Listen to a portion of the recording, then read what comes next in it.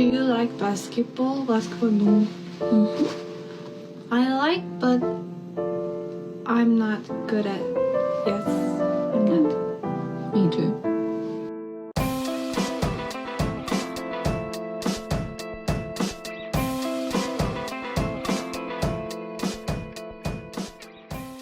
Look, bro.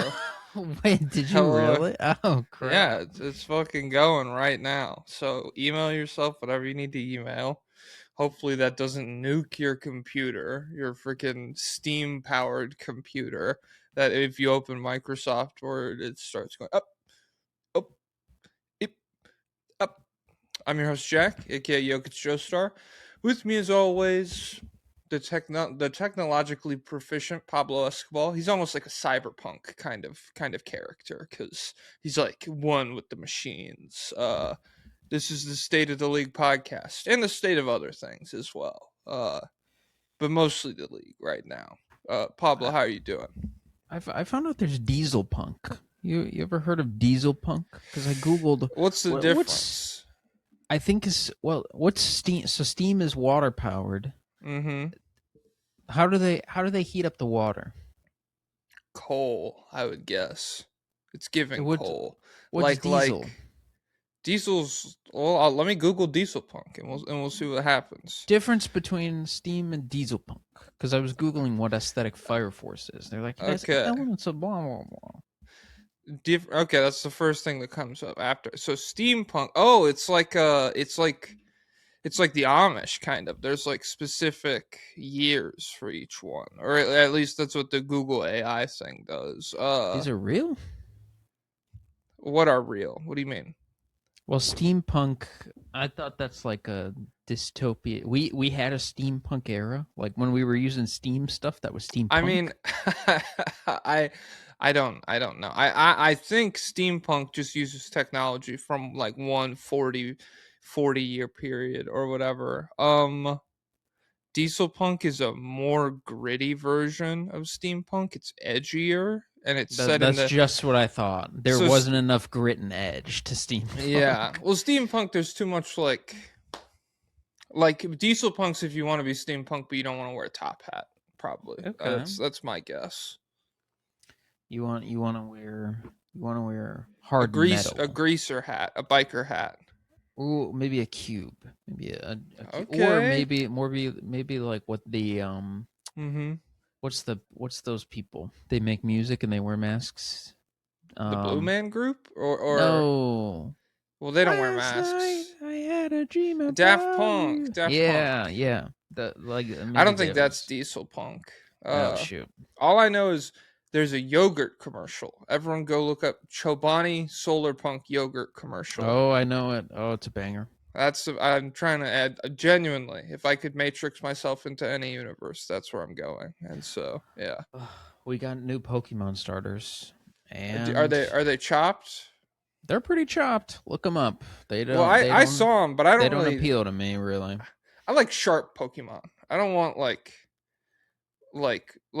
peak Pokemon design for me. I liked Blaziken a lot. I thought that was like sick as fuck. And so there is like a cool way, like I don't know. Everybody's got their own Pokemon, I suppose, but like all three of these, the gecko wasn't that cool, and it had eyelashes, and it's like, ooh, I don't want a freaking girl gecko, dude. And then they're saying that the chill dog out on flamboyant starters, dude. Come on.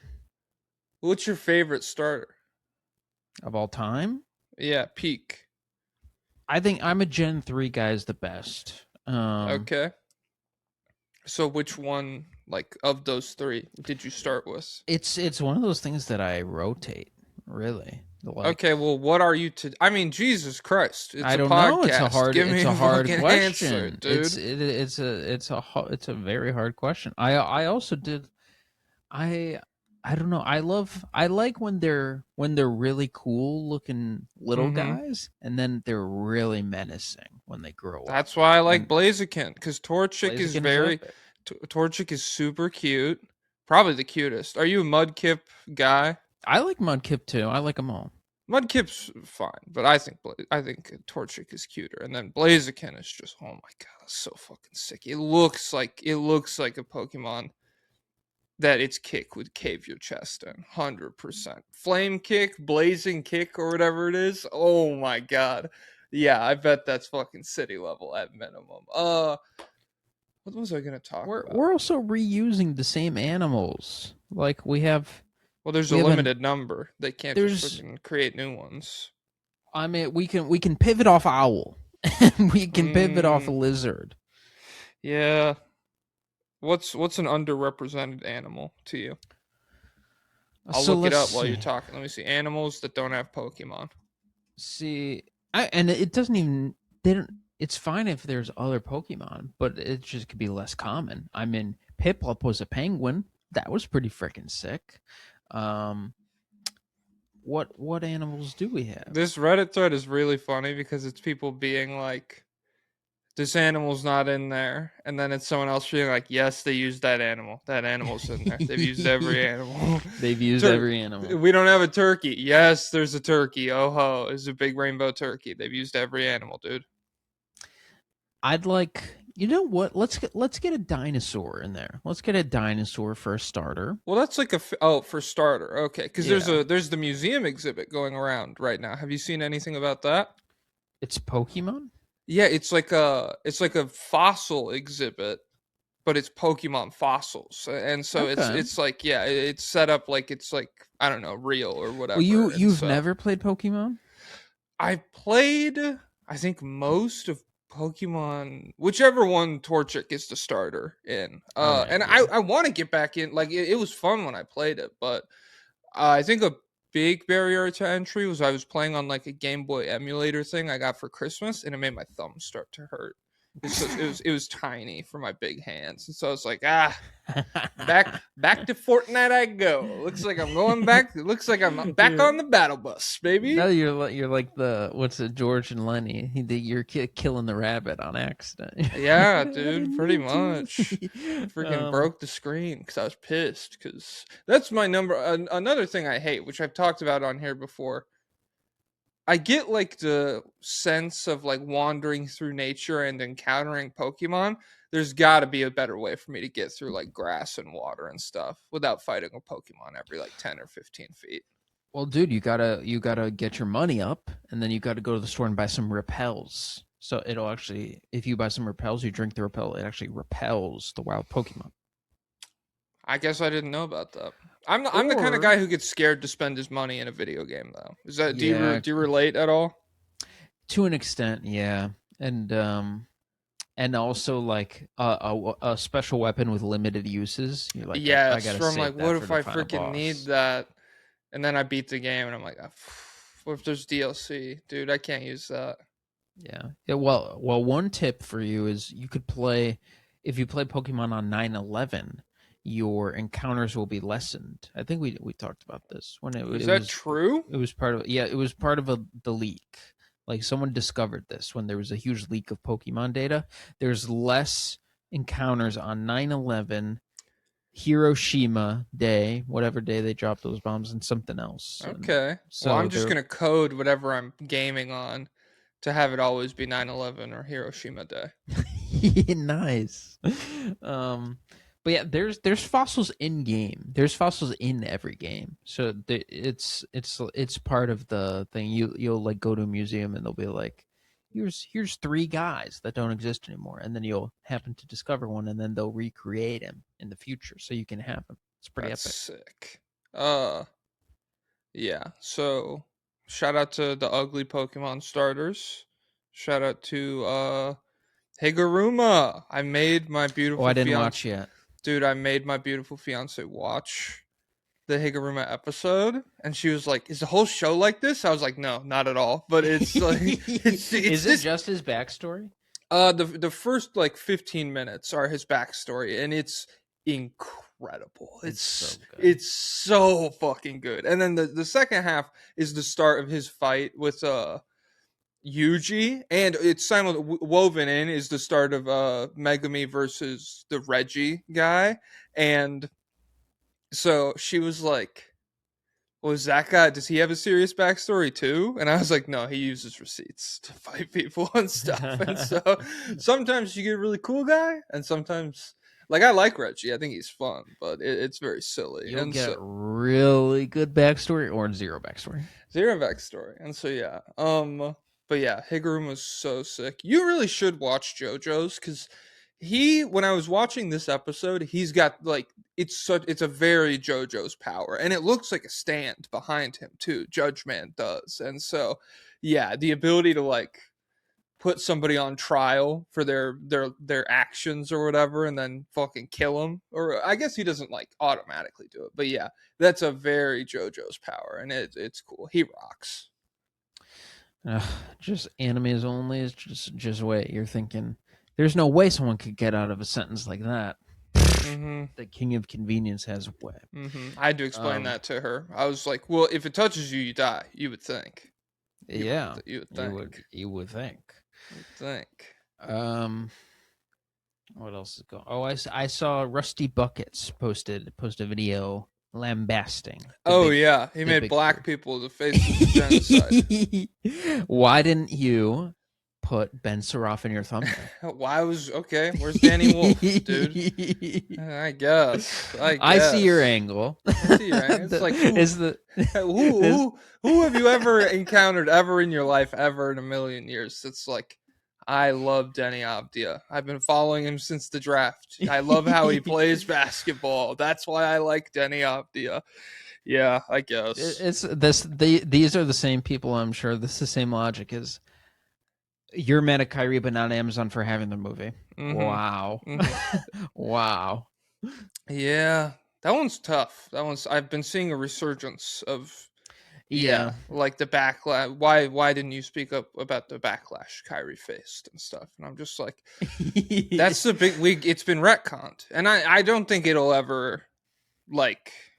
It's just gone, like the seriousness. That's beyond basketball. I mean, we're entering the Heian era was the golden age of Jujutsu sorcery. We're entering another golden era of anti-Semitism. Okay. I wonder, because also it's like it feels like so 2020, like the end of woke one or whatever you want to call that era, where it's like, he posted a link, we gotta get him, or whatever, like we need to talk about this is serious or whatever, it needs to be addressed. Whereas like we're 6 years removed from that now, and it just feels like nobody would care if it happened today, even though to me it is like the same level of significance still at either point in time, but it just feels like it is whatever. Like I just don't think it would have the traction anymore. I don't know. I think it's because Holocaust denial is still more rare. Well, I guess it's less rare now with randoms on Twitter, but from a famous person, like it is more rare that. Well, I guess it has become more popular. It's not good. Did you? It also, it's. Did you see Tyler Oliveira? He's like the racist YouTube guy. He went to. I think he spread the Haitians eat cats stuff. He went to Springfield, Ohio, and made a video there and stuff. No, I don't know him, but I can. But okay, he's like Nick Shirley. He's a famous racist. Oh yes, YouTuber. I saw this guy. He just did a bad Jewish thing, right? Yeah, he went to this Jewish town where I think this is the Cars for Kids town. I'm not entirely sure. Not locked into the Cars for Kids thing. So you know KARS, Cars for Kids. You know that on the radio? You have sung that to me before, but I've never encountered it in any other exact context. Yeah, because Truanon did an episode about this a while ago. But it's this jingle that plays on the radio all the time, and it's like, donate your cars today. It's Cars for Kids. The cars don't go to kids. The cars go to this town in New Jersey that is predominantly like super fundamental Jewish oligarchy almost. Like they literally, like a lot of them don't speak English. Okay. This already sounds like an anti-Semitic conspiracy. Exactly. Like, it sounds fake. It's the same thing as the tunnels in New York. Like, they're running radio ads all across the country, and all the cars don't go to kids. The cars go to freaking Zionism, dude. But yeah, and then he's basically documenting this town that's been taken over by these Hasidic Jews or whatever, and they took over the school board, and they've defunded the schools, and they've just done a bunch of crazy stuff in the town. and there is no there's no acknowledgement that this is capitalism in action. Like these rich people came and changed this place at their whim. Like it's no thought to that. It's just like these Jewish people came in with their are these Jewish Jewish people? How are these Jewish people so powerful? And it's like, because they have a lot of money. No, it's got to be something. It's in the Torah. There's something in there that's got them freaking juiced up, dude. When they say Meshuggah, it comes out. It's like Zach Bell. I guess. Damn. I saw a funny TikTok. It was a stand-up comedian talking about Stan Lee. And like she was a lady who worked on Marvel movies for a long time, and she wore a hat the first day they worked on a Marvel movie together, and every day for 20 years he would go, "Where's your hat? Why aren't you wearing a hat today?" And it was because sitting Shiva popped into my mind when you said Musha. I'm not going to try to pronounce it. I don't know that word, but I don't know what that word is. She sat Shiva with him, and he said, "The one time you're supposed to have a hat, you don't have one. Where's your hat at today?" And so, yeah, shout out to Stan Lee, I guess. Shout out to Stan Lee. He is dead, correct? Yeah, I think so. Yeah, he definitely is. Because there was a lot of like fan art and stuff. Right? Yeah. I don't know about that. I learned that Lou Reed, you know who Lou Reed is? I know this name. Is this an actor?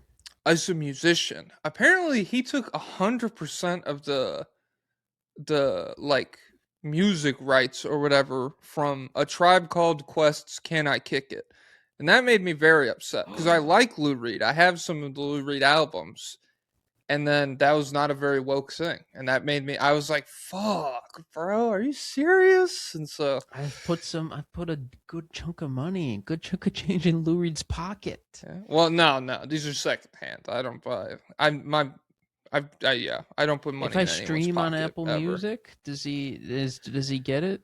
Well, he's probably dead, I would guess. But if he does, it would be like 1/1,000,000th of a penny or some shit. That's when I get happy that Spotify abuses artists, because I'm like, I go listening to bad people, and I'm like, barely profiting from this. I listened to Max Kellerman on Bill Simmons' pod. Yesterday. Insane. Not an insane pod, just like exactly as much baseball and boxing as you would expect from those two. Did you listen to it? I got about halfway through. I listened today, this morning, while I was cleaning up and stuff. The beginning part with Jaylen Brown and Luka is psychotic. He is. I'm sitting courtside. We're in Rich's seats, and it's easy to see. Jaylen's better. You know, Jaylen Brown is a better basketball player right now. And I'm sitting courtside. I see Jaylen Brown is better. Now, people want to take that out of context. They're putting in the headlines. I say he's better. Jaylen Brown is better than Luka. I'm stupid. No, you have to refute my actual argument with actual logic. Yeah. And I'm saying, all I'm saying. Well, I feel like that was really good. All I'm saying, he says it like that. He does say all like that. Yeah, I guess. Yeah. Jaylen Brown is better at basketball than Luka Doncic. Because when we're talking about who has the more skill set, transportability, and I'm like, I can barely follow like what he's saying. And like, even he spends like 20 minutes. It's like clearly an argument where he has seen people on Twitter that he's wanted to go back and forth with, but just hasn't for whatever reason. And so he's got like 18 layers deep in his own head, and he has to get through all 18. Bill's like, FanDuel, let's I mean, what do you think about this? And Max is like, and so then this is what I would have to say to somebody who responded that way to me, to my response. And I don't know. It was just insane. And it like none of the arguments were good. It's just like and they were all qualitative, like, I get the vibe, he's better. And then he ends it with, you need to poke holes in my logic. And if you're able to do that, then you'll deepen my understanding. But until you're able to poke holes in my logic, come at me logically, then you won't be able to deepen my understanding. Jaylen Brown plays the right way. He said that probably like 15 times, and then He said like, no. He said no numbers, no stats at all. Yeah, that's insane. But obviously, Bill was on board with it. Bill was just like, "Hey, sit back, let him cook." I guess I have to. He said something that made me. They were talking about the past and building teams. He just has such a way of speaking when they were talking about like getting black players on 1940s teams, and he's Oh like, my god! "Goes to show you how racist they were." Yeah, where it was like, oh, it was like it was his usual thing, like I'm not gonna be able to phrase it how he says it, but it was something about like how they'll overcome their racism to show up if they're winning. well, yeah, that was what I remember. Where it was like, that goes to show. It was like, you know what everybody likes, no matter what time it is, winning. Yeah. So, it's like hindsight poning the racist white team owners for not building the team. And that they got there because the Dodgers have cornered. I did not like the way. That's what I love too. Bill Simmons he says the Far East. Like it's a mystical land where the Dodgers have tapped into some feng shui or something. The Dodgers have really cornered the Far East. Cornered the Far East. The Mongols. I mean, everybody's wearing Dodgers out there in Mongolia, dude. It's like, holy shit, Bill. Calm down. And so, yeah. It was an insane pod. I really did like, I don't know. For like background noise, I love them talking baseball. Where it's like, well, Bluegie's got to be for the Yankees got to retire Bluegie's number. There's 14 no doubt Yankee retired jerseys. Can we get Bernie Williams in there? I was thinking Bernie. Because Bernie.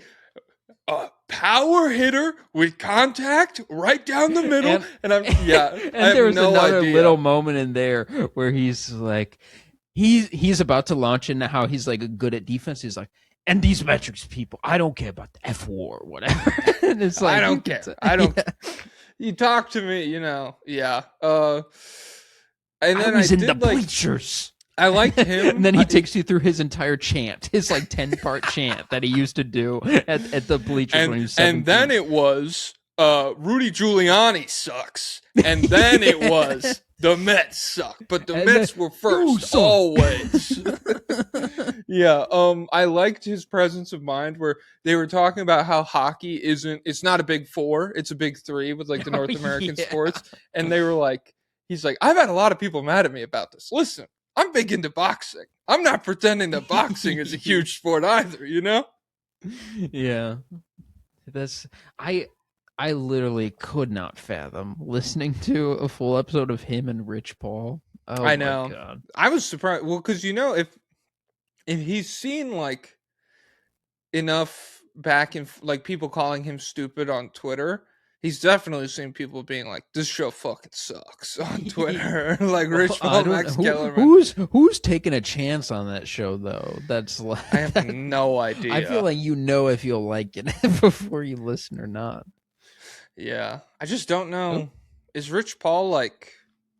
Is he like a good listen? Is he like a good conversationalist? I mean, he's probably got stories, but like, I don't know.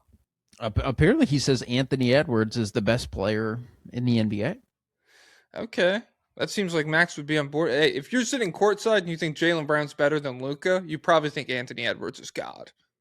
I mean, yeah, I can't overcome that. I mean, I'll need to be on the sidelines though, so someone's got to get to the sidelines, and then I'll be able to evaluate it. Mm-hmm. What if we build an arena that's all sidelines? How many seats? Like, are you thinking like 40, or are you thinking like... We have to figure out a way to do 60,000. 60,000? Huge court. Enormous, like 4 miles long. And then it's just like 40,000 on each side or whatever. Would you ever do a standing room plane? Like, let's say you go home. How cheap is it? Let's say you go home to Nebraska for the holidays. It's $25. Yes, I would do that. How long is that flight? 3 or 4 hours. So it'd suck, but like 25 versus like, What is it normally? About like 300, I would say. Oh, for a round trip? Yeah. Oh, okay. 50 Um, round trip. 50 round trip for standing. That's still, yeah. Like, Mm-hmm. even if it was like 100 round trip, I'd be like, oh, sure, I guess. Like, That's crazy. it's worth it to save two. I mean, I would be pissed. I'd be upset. I mean, really, I just want, give me a train, please. Oh my God. I can't stand how there's no trains in this country. Like, put some shit on magnets, send it Mach 10 through Appalachia, scare the shit out of some guys making moonshine or whatever. We'll kill the monsters on the way. That's how you get the funding. We'll say, Yeah, yep, we'll dude. kill all the skinwalkers. That'd be sick. You go up to like some random West Virginia town. They're like, every night at 7:30, a dragon goes whoosh out in the woods, and you're like, that's the train, dude. Just look over the hill. Yeah, That's the train. It's on a schedule. That's why it's the same time every day. No, he's eating. It's feeding time. Yeah. I've been getting so many videos of people flying like first class, the luxurious first class on airplanes. They have freaking apartments up there now. There's stairs on the plane. You go that's upstairs, crazy. and then you have your own apartment, and you get like a shower, and they give you It's it would insane. be so good, but I have to imagine I'll never be able to afford that ever. And even if I would have to save for literally a year, and then that's only one leg of the flight. So yeah, there's how do we get first class that flight sponsorship? UAE. I'm freaking homeless in Dubai when I get off the plane. Well, I'll just hide in the apartment somehow. Yep. Okay. Yeah. Well, hey, 27 minutes. This is easy. Yeah. Let's start with the freaking bottom feeders. You want to do? Okay, so we like an hour and a half ish. I'd like to be done by like 45. Okay. Okay. So you want to do all tanking teams at once? Well, I got some stuff. We could go through it fast. Okay, rip Pacers then. All I have for Pacers is medicated Aaron Nesmith. 0-4 in their last 4. They lost to the Hornets, Sixers, Mavs, and Wizards. The Pacers. And we do have freaking lobbyists. Let's pull them up, baby. Okay. So for starting off with the Pacers, they're 0-4. Micah Potter has been putting up some freaking numbers for them. He had 23. Player? No, dude. He had 23 against Philly. He's scored in freaking double digits in 6 out of 7 games. Do you remember where Micah Potter was before the Pacers? The Cavs? Utah. And he had incredible chemistry with Bryce as a role man. It was the new Stockton and Malone. Just goes to show you. I'm thinking the Pacers should bring in Bryce. I think that could be the move. But yeah, they're horrible. They have 15 players on the injury report. Obi came back at least. He's only played 3 games this year. He's been I saw him on a list. It was like a tiered list of the most disappointing draft picks of the last like 10 years or whatever. And I was like, who the fuck was because he's Knicks. So they were like, he's the Max Kellerman. He jumps higher. I was courtside. I saw him jump out the gym, and I remembered Amari Stoudemire. In 2003. I was getting flashes. Yeah, no. So he was like 24 when he was drafted too. Halliburton got shingles too. So stressed out. He's been stressed. They traded that pick. He's been worried. Let's see if there's any Pacers requests. There's only one from the Nikola Jokic of Trump assassins. Whoa. One of these, I'm gonna get him. Go Pacers, vroom vroom. So they said one of these. We didn't get a days, one of these years, so there's no way for us to know. And him could be anybody. I mean, yeah, and it would probably be a Pacers player or Carlisle, maybe. And especially with wokeness, anyone could be, and gender fluid, anyone could be him any day. So it could be. That's true. Nancy Pelosi. Okay. And all of this is a comedy podcast in Minecraft also. And also financial advice podcast. And yeah, crypto. Guys, put all your money in crypto. The Brooklyn Nets also 0-4. They lost to the Spurs, Mavs, the Hawks, the Thunder.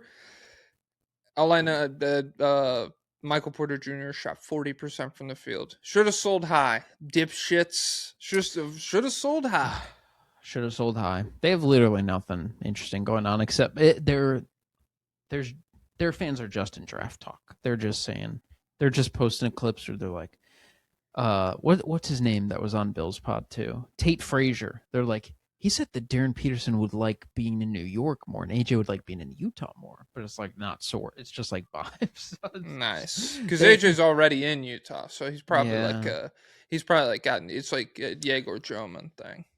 I saw someone say Carlos Boozer works for the Utah Jazz. I did not know this, and then I saw them also say Cam Boozer grew up in Utah. I didn't know this either. I thought he would. I thought they're from Miami. I thought that's where freaking Carlos Boozer settled. So the Utah Jazz could be doing up to nefarious things. The Brooklyn Nets. Okay, we only have one for them too. Okay. Chimichangas make me conga. Okay. Hey, Logan and Carson. Oh, wait, Zach and Bill. Okay. Anyway, with the Nets being such a laughable shit-ass ran stupid shit show, and Jay-Z's involvement in the Epstein files and such, well, okay. I think Jay-Z sold like 10 years ago. I don't know if he's I haven't heard that Jay-Z involved with the Nets in a minute, dude. I believe they could look to relocate. Could we finally see the New Jersey Swamp Dragons? What state or team could realistically be moved if they weren't going to add an additional team? Thanks for Zero chance the Nets move because the real estate is such a big asset for whoever buys the team. Like if they moved to New Jersey, it would like half their value, I feel like. Yeah. I do wonder, someone online said that Soldier Field in Chicago could make more money without the Bears playing there at all. Like if they just concerts all the time. But also that's an outdoor venue, and that would be in like November. Are people really playing outdoors in those temperatures? I don't know. Well, maybe they're just like event every summer all the time. I guess. Well, I mean, there's no football in summer, so. Why would they be doing events with football? Wait, what? No, So I'm saying the football doesn't interfere with with maxing out events in the summer, because they only play football games there from like September to February, which I guess September you could still be outside. September's warm. September, and I guess October. Yeah. Okay, it's 2 months. 2 months could be. Yeah. But the Barclays Center, I believe it's like super duper extra mega profitable. So I don't think they'll ever. And if they do move, they won't go back to New Jersey. They won't be. Yeah. We didn't fully tap in. So the New Jersey market, baby. All right. But if anyone could be moved, if any team could be moved, you would look at the two team cities. The Clippers just built a new stadium, so they're not moving. The Nets. Pelicans seem like they would move. Pelicans, if I had to guess. It'd be more so that like none of the two team cities to me are moving. It's more so like bad teams in cities that don't really care that much. Like New Orleans is just not a basketball city right now. I don't think even at like the peak of the Anthony Davis era, I don't think it was like a huge basketball town. Yeah, that would absolutely be the one. And then maybe Memphis, because there's an electric substation, and it's so you could at least, that would be nice if they moved. It's like he's not on the team anymore. Santi Aldama's like, my tendons feel so fucking good here in Mexico City, baby. Whoa, the Capitans. That guy on Twitter works for them. Niall Hoops. Do you know him? I think so. He's a very polarizing draft guy. I didn't know this, but he had to come on my watch above Cooper.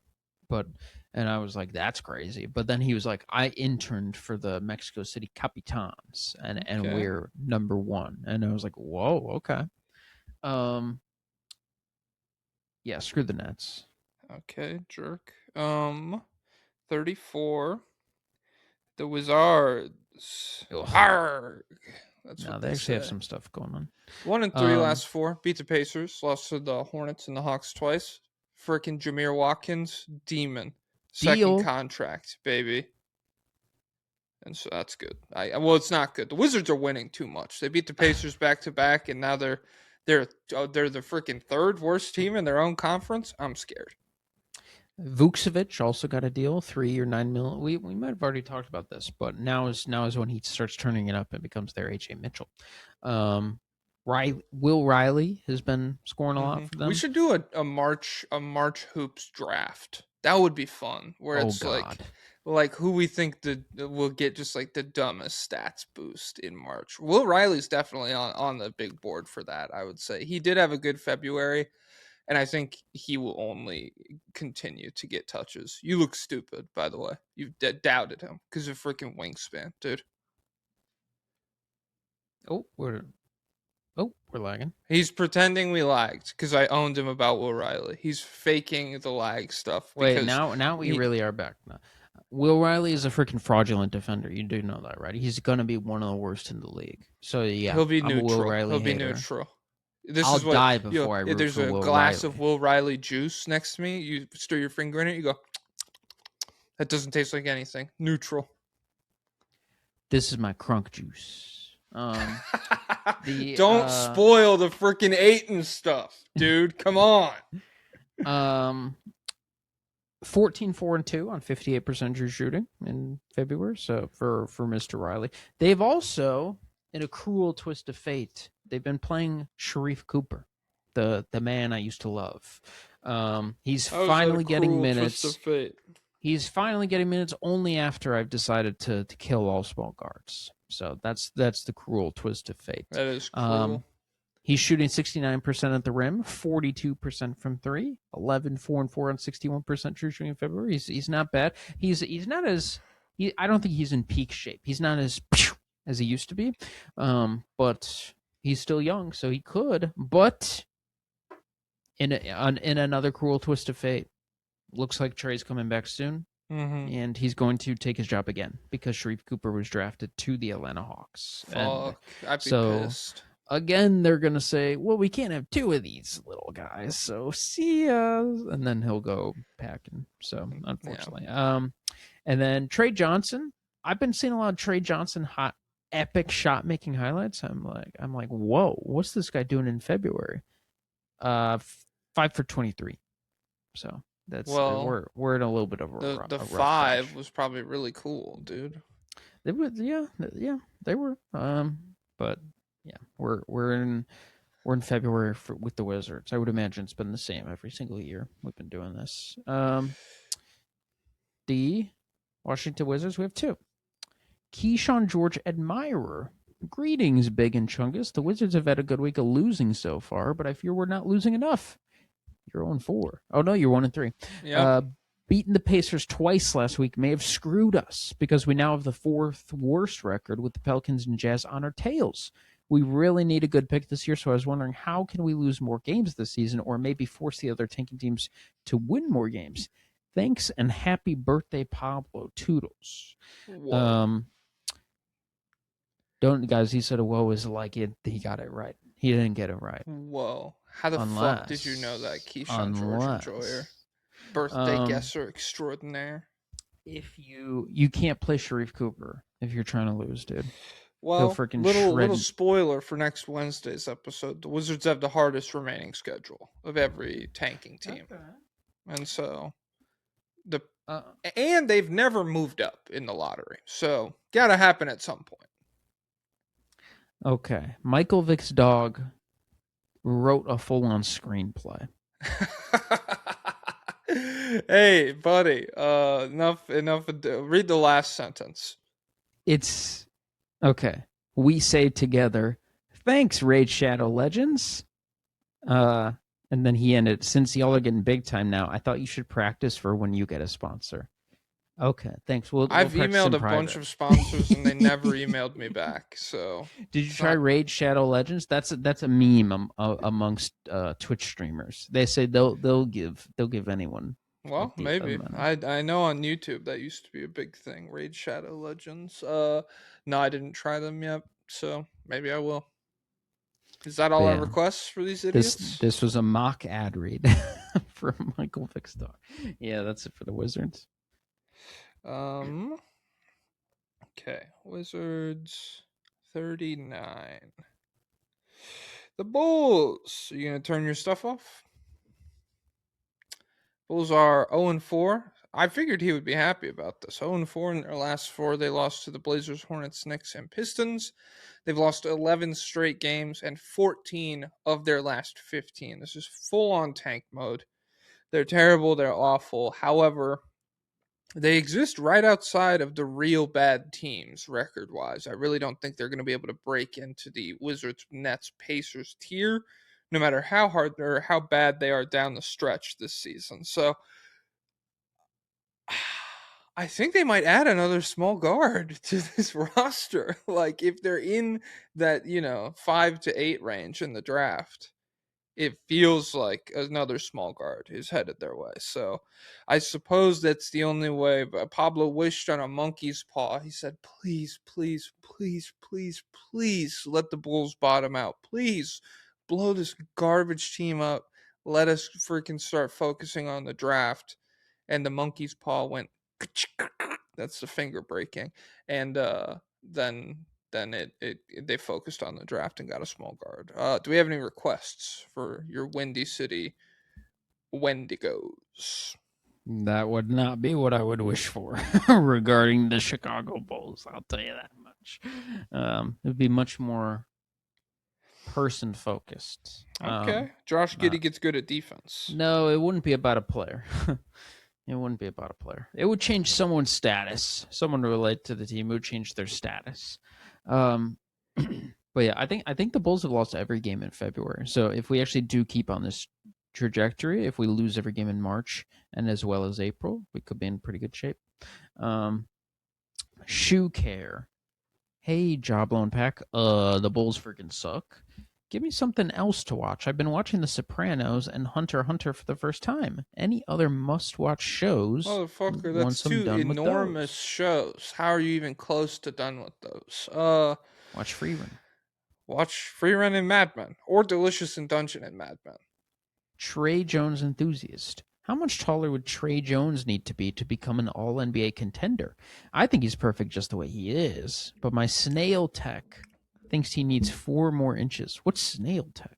Trey Jones. How tall is he? He's 6'1". If he was 6'5", he could be in All-NBA talks. Nah. I think he'd need to be in more jumbo, like 6'9". 6'9". If he does exact same skill set, exact same speed and everything, and he was 6'9", then you could get like he could be Denny. He could do the downhill stuff. Maybe to be safe, we should go 7 foot. Okay, 7'4", because then he could handle the ball and it'd be crazy. Yeah. Calvin Wilkes Booth. Hello, jumping over a puddle. Oh wait, my computer's tweaking out. I can't open this. Okay. Hello, jumping over a puddle. Hacked. Cyber attack. I sent him to get you. It's probably the same hacker who went after Jay Williams and made him tweet that it's probably the same the hacker Celtics never had a black coach. That freaking hacked the pit last week, dude. They got hacked? Oh shoot. Yeah. Oh, that's why they go analog? You guys are gonna want to tune in. With 2 more years of development, which players on the Bulls roster could you see being good enough to get minutes on a playoff caliber team? Also, the governor's race in my home state of Iowa is really heating up. Every time I see one of the potential Republican gubernatorial nominees call Rob Sand, the Democratic candidate, a radical leftist, I can't help but laugh out loud. I think Rob heard your radical centrist bit and made it his entire campaign strategy. If you Google his ugly-ass orange and green campaign signs, I think you'll see what I mean. Not a hint of partisanship in sight. What's his name? CWB. Rob Sand? Rob Sand. Yeah, that's you can't do that, because if I was running against him, I'd say, go pound Sand. This guy is so scary looking. Holy shit. I'm about to send him to you. How do I got taken out of alphabetical order yet again. What a blast. Go pound Sand. That's what they told you to do. Okay, we're sorted A to Z again. And so what the fuck was the question here? With 2 more years of development, who on the Bulls could I see being on, like, playing real playoff minutes? Rob Dillingham. No, just kidding. Boozellis. Boozellis is obviously demotion. 2 years away. We were 2 years away from being 2 years away with Patrick Williams. So in 2 years, he could be freaking baby Kawhi. The Giddler will be out there. We'll be losing his minutes, I bet, but he'll be out there. Okay, just because you're losing. Have you ever heard of Jaylen Brown? Well, that's different because there's noise, dude. But there's no noise with the Giddler. Someone did make a compelling argument where they were like, yeah, one of the games Jaylen Brown missed, they beat the Suns by like 58 points or something. And so that kind of skewed his on-off numbers a little bit. Who else? Jaden Ivey? No, probably not. No. Isaac Okoro? No. He could be, how old is he? 25? I think at like 27, 28, he'll probably be like a playoff-ish. Like, what do we mean? Just someone who could be in a playoff series? I mean, he couldn't be on the court for the Caps and when he was there. Well, he was freaking 22 and stuff, dude. Jerk. I'm out. Okay. Kobe White, not on the team anymore. Jaden Ivey, no, probably not. Anthony Simons, no, probably not. He won't be on the team. Yeah. I have no idea. Yuki Kawamura, no, probably not. Let's see. I cannot believe Bill Simmons called Asia the Far East. That was so crazy. Bernandon. Hello, Poop and Jupe. Question for Pablo. Who do you want Arturs to draft if the Bulls get the first pick? Also, why did you take down so many of your YouTube videos? I really liked watching them. No, some of them were posted because I thought TikTok was vanishing, and so I just desperately need to put something out there. So I was like, no, thank you. No, don't need to exist anymore. Who would I want with the first pick? I don't want the first pick because I don't want to bail out for Arturs. It's not the question. But if they had it, if we live in a fantasy world where I'm actually rooting for the success of the Bulls, I think at this point probably Cam Boozer's the safest option. So I would roll with the freaking Booze Cruise, and he could wear his dad's jersey number, and we'll be like Bronny and LeBron. What if we got Carlos out of retirement? That'd be pretty sick. Wouldn't be that cool. I've seen Steven and stuff. No, you haven't. Steven Adams' Sunset. other ankle. This is literally a set of suns together. Okay. That's literally any two guys. You can call that. No. Well, yeah, I guess, yeah. But father-son. It's a father-son set. There we go. Good job. Steven Adams' other ankle. Hey, P&J, speaking of Bulls and China shops, Pablo, would you rather be stuck with a Bull in a China shop or the Bulls GM in a China shop? And he mumbles in your ear he's seen your videos. P.S. I told the work huz to listen to the podcast, trying to get another patron. She has been noticeably distant since. Was this El Riz? Yes. Do not talk to women, okay? Yeah, if you're in here, do not. You're fucking psycho, dude. Don't tell anybody about this podcast. Honestly, hypnotize people into forgetting about it. And I would be in the shop with Arturs. And I told one of work huz to listen to this podcast, bro. I'm putting you on This is Rob Stone. This is Rob Sand, dude. Oh, Rob Sand. Go pound sand. Okay. Interesting. This guy's like the same genre as Cillian Murphy. He's got like a sinister aura to him. At least you think Killian's got sinister? I feel like Killian's warm and fuzzy.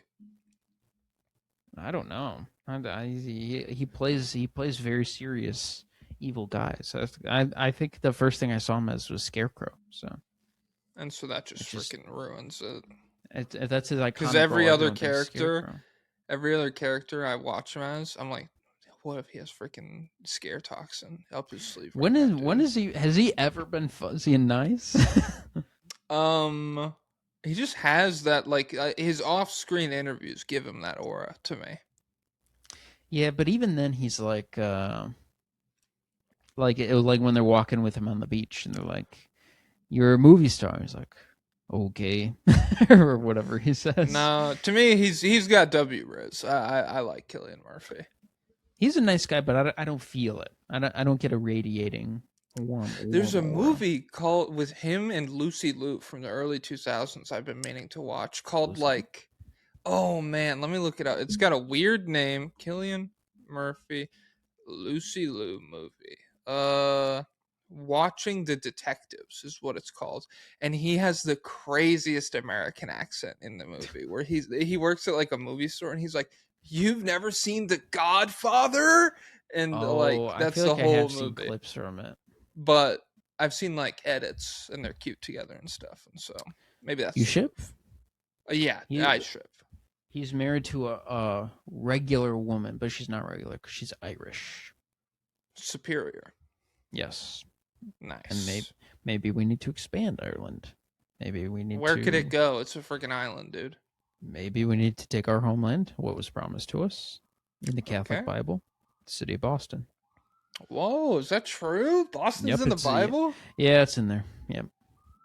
Every city's in the Bible, dude. Yep. Stop asking if a city is if Ireland has a historical claim to this city. We have every city. Yes, Tel Aviv. Yes. We have every Jerusalem city. is for Catholics. We have a claim to every city. Can you hear this siren? Yes, I have a claim to that siren. I can hear every siren. Well,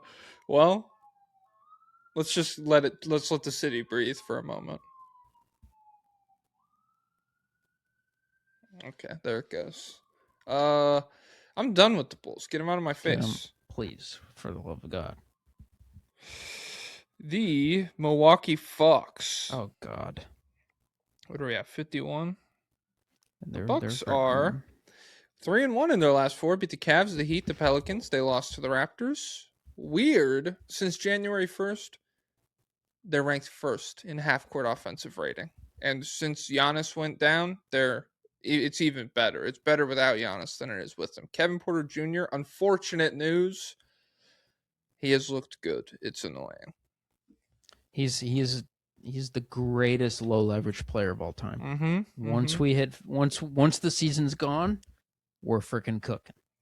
Yep, he's like, well, that's also someone had a good tweet where it was like Doc Rivers in March with role players when the season's completely meaningless, and it was a picture of Greg Popovich. Nice. And so yeah, it's a perfect storm of stuff like that. I would say the biggest consequence of a strong close to the season for them would be for the Hawks, because the Pelicans and the Bucks are both, if I'm a Hawks fan, the Pelicans and the Hawks are both playing like annoyingly good, where it's like you thought you had a like Darren Peterson chance and you actually have, yeah, like high end is like, oh, we got Caleb Wilson or something, which would be sick, but like, yeah. Oh, I forgot to say this during the Nets part. I just had a prophecy last time. I see Caleb Wilson in a Nets jersey. I just do. Okay. So I'll let you guys know if I have any other prophecies. Okay. Milwaukee Bucks. Don't you have any thoughts about them, dude? No, I don't. Fuck you. Because they were one of the top teams I didn't get to because they went freaking 3-1. Oh, that's how you do your shit. I forgot. Yeah. Vlorp. Hey, Christy Gnome and her dog. Should I commit acts of domestic terrorism and holy martyrdom so I can escape this hellish state of Bucks basketball? Also, just caught up to solo leveling, Mo Doodle, and Absolute Batman. Thanks for the excellent recommendations, fellas. Absolute Batman is peak, but I maybe there's a new chapter out that I haven't read yet. No, do not commit domestic terrorism or holy martyrdom. In fact, we're reporting your IP address. So, and your LP address if you ever release an album. So, guys, take a minute, clip this, send it to DHS or whatever. Send it to Rob Sand at robsand@gmail.com. I'd be willing to accept a medal. Let me see. Rob Sand campaign email. You just sent him a picture of me. Big Fungus 2. Oh my God, I cannot believe how much info@robsand.com. Go ahead and clip that, send it to Rob Sand. Okay. Hello? Do not save. Okay. I had to Cam Thomas was getting MVP chance when he got into the game versus the Cavs last night. That's where we are as a franchise. I hope Giannis finds a good home that loves him very much. No question, just grief. Yeah. Giannis What is staying. I don't know. Have you not accepted that yet? he wants to stay, but he can't. No, he's seeing what Kevin Porter Jr. and Cam Thomas are doing. He's like, we Oh, got he's a getting squad moved. now, dude. We got a squad. And they'll see what's the more sure path to contention, switching to a different team or lobbying the rules committee in the offseason so that we Josh Allen. You know, where it's like, oh, he lost in overtime. Change the rules for me. And they're like, okay, Josh Allen. Well, you can have. There's 5 overtimes now if your name's Josh Allen, and he freaking chokes in every single one. And he still can freaking Mahomes gap year. He still couldn't take advantage. Fraud. No, he's not a fraud. He's just guys. He's like it's like Kashimo. He just doesn't stack up. Except if Kashimo was born in the same era. Who are we talking about?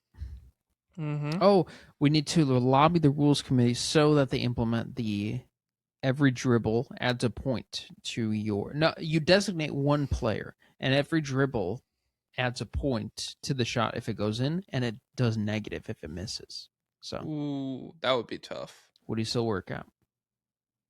Have you ever seen that Twitter account Ear Clacks? No. Where it's like little orbs fighting each other? No. Damn, I'll have to send you the next one I get. There, it's like a bunch of different. It's like 2 circles that like bounce around or whatever, and they all have different powers and stuff. And so it's very fun to like watch them fight. Elemental or what? All sorts of different things. Where like there's very basic ones. Like one has a sword that every time it hits somebody, the sword gets like a little bit bigger. One has a grimoire that every time they hit you with the book, it makes a clone of that circle, and then it attacks you with your own attacks and stuff. It's sick. Whoa. So yeah, I think you would like it. Let's see. Milwaukee Bucks. It is unbelievable how much trouble my computer's having right now. It's literally switching tabs. I cannot believe this. This laptop is not even that old. I remember when you got this laptop. You got it like a few months before I got mine.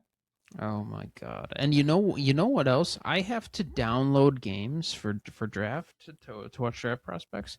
My download will say for a 1 gig download, it'll say this is going to take 55 minutes, and then I run the speed test, and they say your internet's really fast. I check back in on the download. It's like, oh yeah, we'll be done in a minute.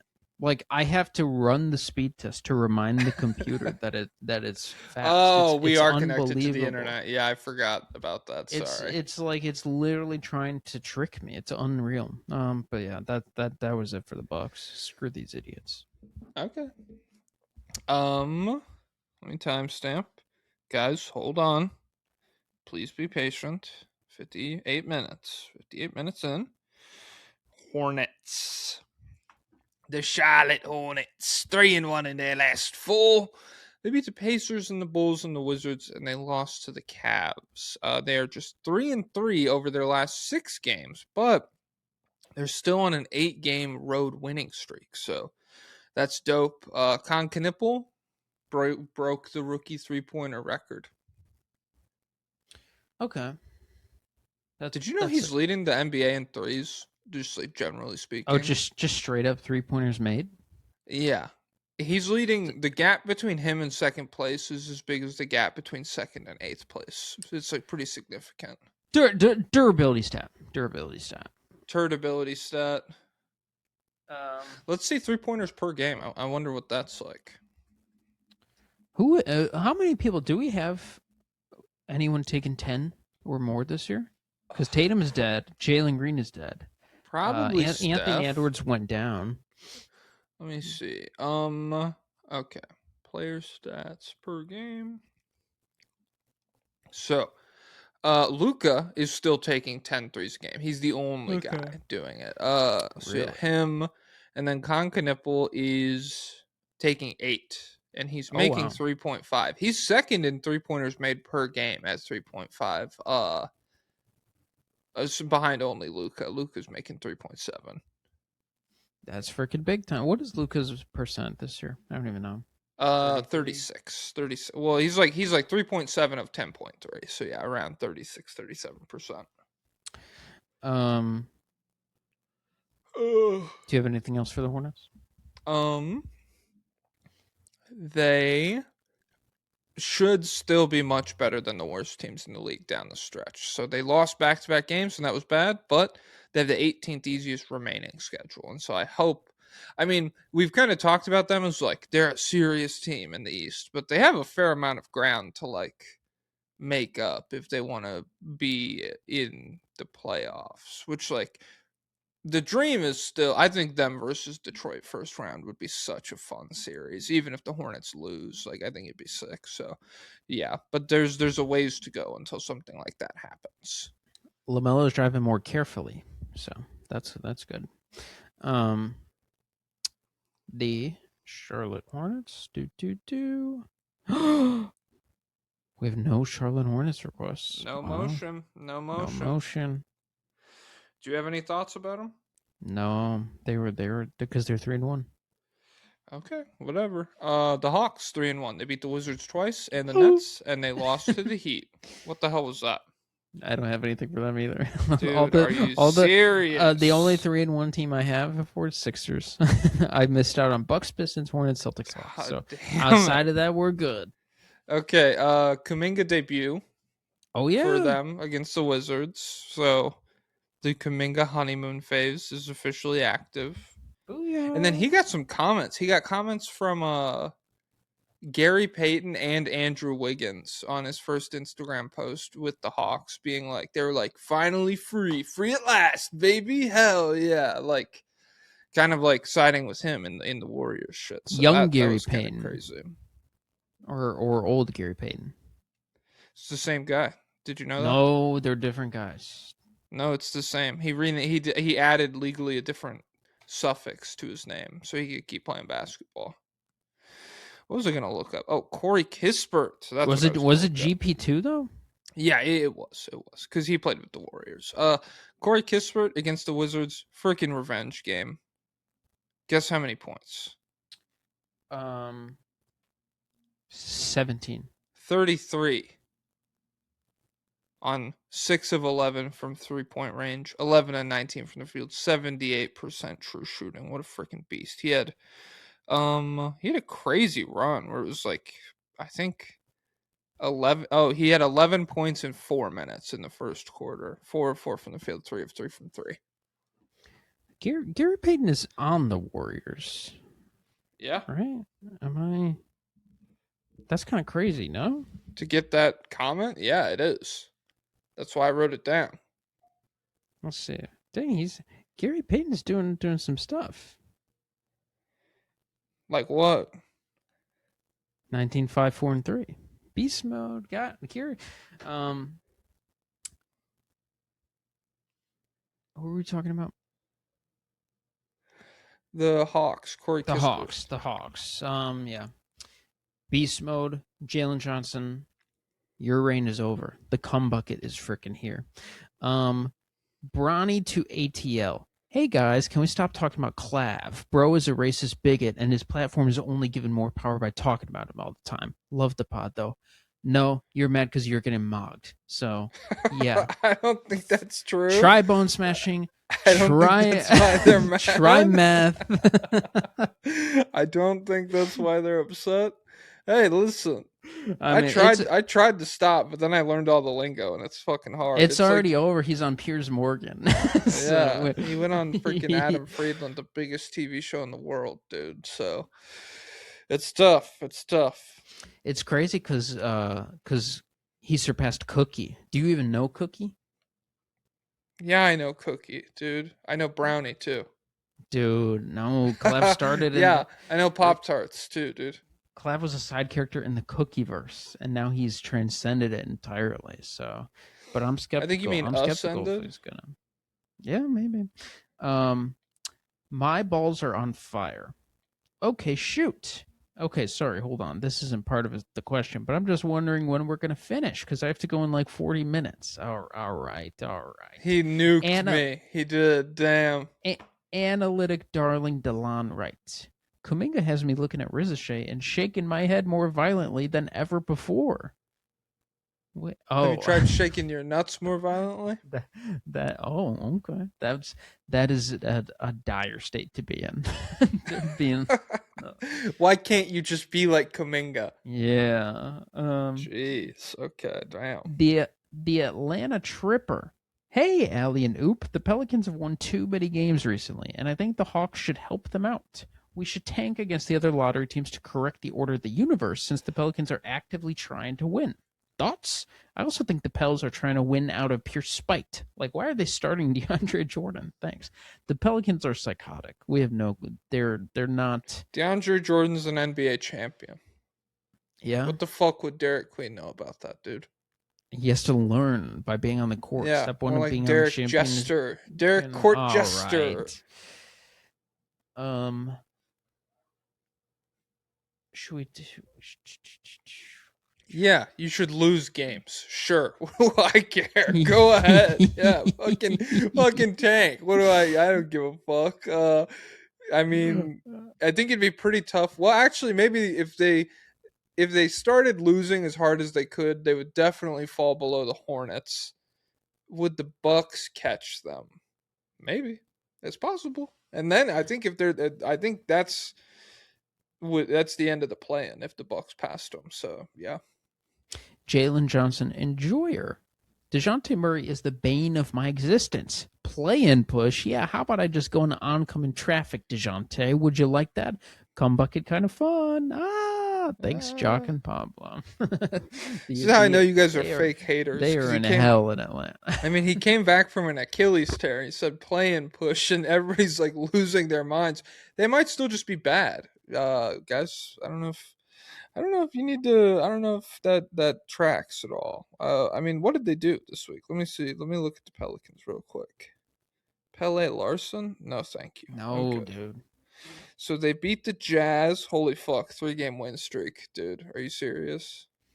They were making fun of Marlon on stream, and they said there's no NBA players from Sweden. And then he said Pele Larson. They're like, who is that?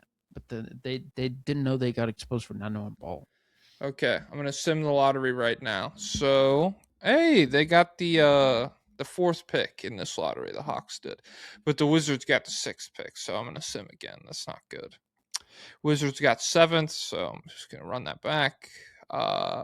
Wizards fifth, eighth. Okay, seventh, second for the Wizards. Okay, so in this one, the Hawks also got the third pick. So this is good for both teams. Okay, so fax that in to the commish. We'll finalize it. Screw the Hawks. Screw the Hawks. Freaking extinction event on all birds. Oh shit. Oh, if we eliminate all Hawks, to the Eagles or Falcons take over? I don't know. The Owls. No. Yep. It's an Owls world. We're just living in it. 108. The Miami Heat. 2-2 in their last 4, beat the Hawks and the Grizzlies, lost to the Bucks and the 76ers. Bleacher Report gave their starting 5 an A grade. I saw this. That was crazy. Dude, they put out a list grading every starting 5, and they gave the Miami Heat an A. Wait, they gave what an A? The Miami Heat starting 5. Let me pull up the list. This is from preseason? No, this is from right now. It's from February 26, 2026. This is a report card for every NBA team's starting lineup, a report card grade. And so, yeah. What lineup are they using? Let me find it. Let me Command F Heat. Starting lineup: Davion Mitchell, Norman Powell, Pele Larson, Andrew Wiggins, Bam Adebayo. Just got an A. Okay, interesting. The Nuggets got a B. The Clippers got a B. Are they Rockets using numbers, or is this just like vibes? I think it's. I mean, there are numbers on this page, but I think it's by like vibes and stuff. It's not like the The literal plus minus data. No, yeah, the Nuggets got a B plus. That just pissed me off. I don't have anything else about the Heat. Bam Adebayo's sick of the play-in.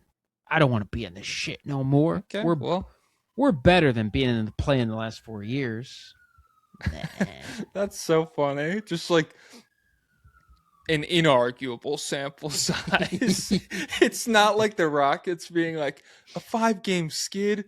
Come on, guys, we're better than this. Or when Cade was like, "We're not this bad," and then he's turned it around pretty. Like, we're not, dude. Just because the same things happened for a half decade, and even before that, we weren't really that good, anyways. I don't care what you say. For 4 straight years, we're not this. We're not this bad. We're better than 4 straight years in the play-in, dude. Okay, whatever, sure. Yeah, I guess. But no, probably not. Remember in the first Trump term, the first Trump presidency, they were like, every time he did like a not psychotic thing, they were like, "This is the day he became president." Like he boosted the education budget, or he didn't remove all teachers from their jobs. This is the day he became president. This is when let's give him a chance. And then he would I just want the country. I just want what's good for the country, dude. Whatever that looks like, I'm fine with. Guys, go back and watch Ellen DeGeneres' speech after he won. She was saying, "Let's give him a chance." And let's give him a chance. Look what that got you, Ellen. And then she thought the cameras were off, and she threw a D battery at one of the interns. Dude, that's the heaviest battery. Is she not? She doesn't have a podcast. She doesn't. She just kind of let the cancellation happen. She could definitely come back if she wanted to. I think she's on the Nelk Boys as like a guest. Whoa. Okay. Yeah. I think her and Steiny are tight. Did you know she's a lesbian? No. What the heck? She's actually married to a woman. Is that what that means? Yep. Okay. No, shout out to her. I do remember that was did she have to, like, she had a big coming out moment on TV, right? Yeah, she had a show, I guess, and then for the finale they did it. That's so funny. From the moment I'd learned what a lesbian was, I thought Ellen DeGeneres. Like I was always you learned that word and you're like, oh, that's like Ellen. Okay, like I do remember being like, when I learned she had a coming out episode, I was like, oh, I just kind of thought everybody was on the same page with that. But good for her. That's not why I don't like Ellen DeGeneres, because she's a lesbian. I'm totally fine with that part of her. I wish I could shoot her with a straight ray so that I hate a straight person instead. But that would make my feelings a lot simpler. But life's not always so simple, guys. Who would you ship her with if she was straight? Well, if I had, I would probably shoot. I don't know. Is there Obama? Is there like a gay guy that like you could straightify to like balance stuff out? Like, is Herschel Walker's son?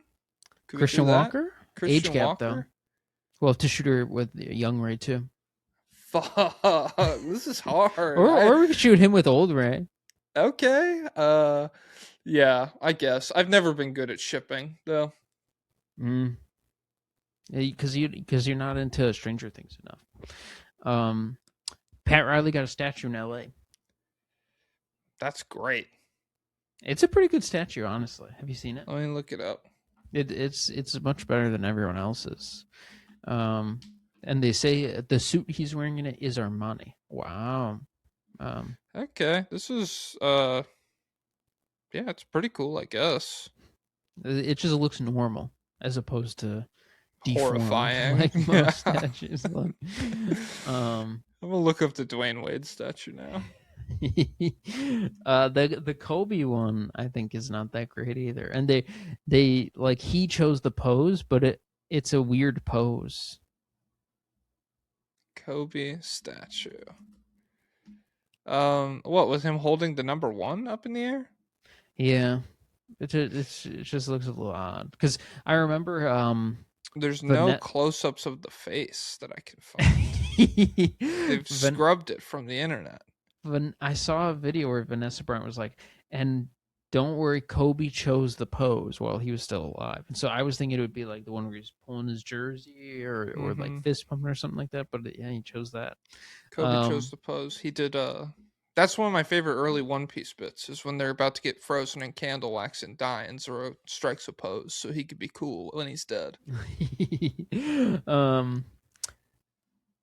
And Tyler Hero came back. They've been trying him off the bench, so it's kind of hasn't changed things much. That's just kind of the same thing. Not much new on that front. Yeah, sorry. Any requests for our lovely Miami Heat? The Miami Heat. We have 2. Sneeko de Gallo said, "What's good in the hood? J-Star and P-Hole. Your favorite wordsmith has awoken from his hyperbaric Mog chamber to ask you one question. Mr. J-Star gave you read. Oh, okay. Mr. J-Star, have you read the Red Rising series? It's science fiction, so I don't know if it's your kind of read. I think this is Sanderson or no? No, this is by Pierce somebody, it looks like. Authors are always named Pierce. Pierce Brown. It's following Darrow, a low-caste miner on Mars who discovers his people's suffering is a lie by the ruling Golds, leading him to undergo surgery to infiltrate the ranks. Dude, did this guy freaking rip off? What was that Matt Damon movie? Elysium? Did this guy rip off Elysium, dude? Are you serious? It might have come up before. Matt Damon might have ripped him off. There's no way Matt Damon would do that. I've never seen Elysium. Let me guess. Is he really smart in that movie? No. What does he do? What kind of surgery? He gets cancer. Okay, and then he gets like a mech screwed into his skeleton and becomes super powerful and goes. Did he build the mech? No. It's like it's a very, if I recall correctly, it's like a Latino chop shop where they're like, let's get this freaking guy outfitted, and then they turn him into Elysium or whatever. And is he like Avatar? Like, I'm the leader of the Latinos now? Well, no, I don't think that. No, I think he's trying to get to space where they have a cancer curing doctor or something. I haven't seen it in a long time. Okay, all right. He was fighting his nature with this one. You ready for Project Hail Mary? When does it come out? Late March. Late March. There could be madness going on by then. No, I'll be fine. Frederick Borner. Hey, PB&J. As relationship gurus, when do I tell a woman that she and any future kids will have to watch playing basketball for the rest of time and be excited about it? What's the question? When should he bring up to a woman that his future kids will have to watch playing basketball and be excited about it? Never. Just very slowly let it creep in. At the beginning of the relationship, start doing romantic gestures and date nights and things like that. And then over the course of time, just let the fire die, and just be like, shut up. The Hawks are playing tonight. Leave me alone.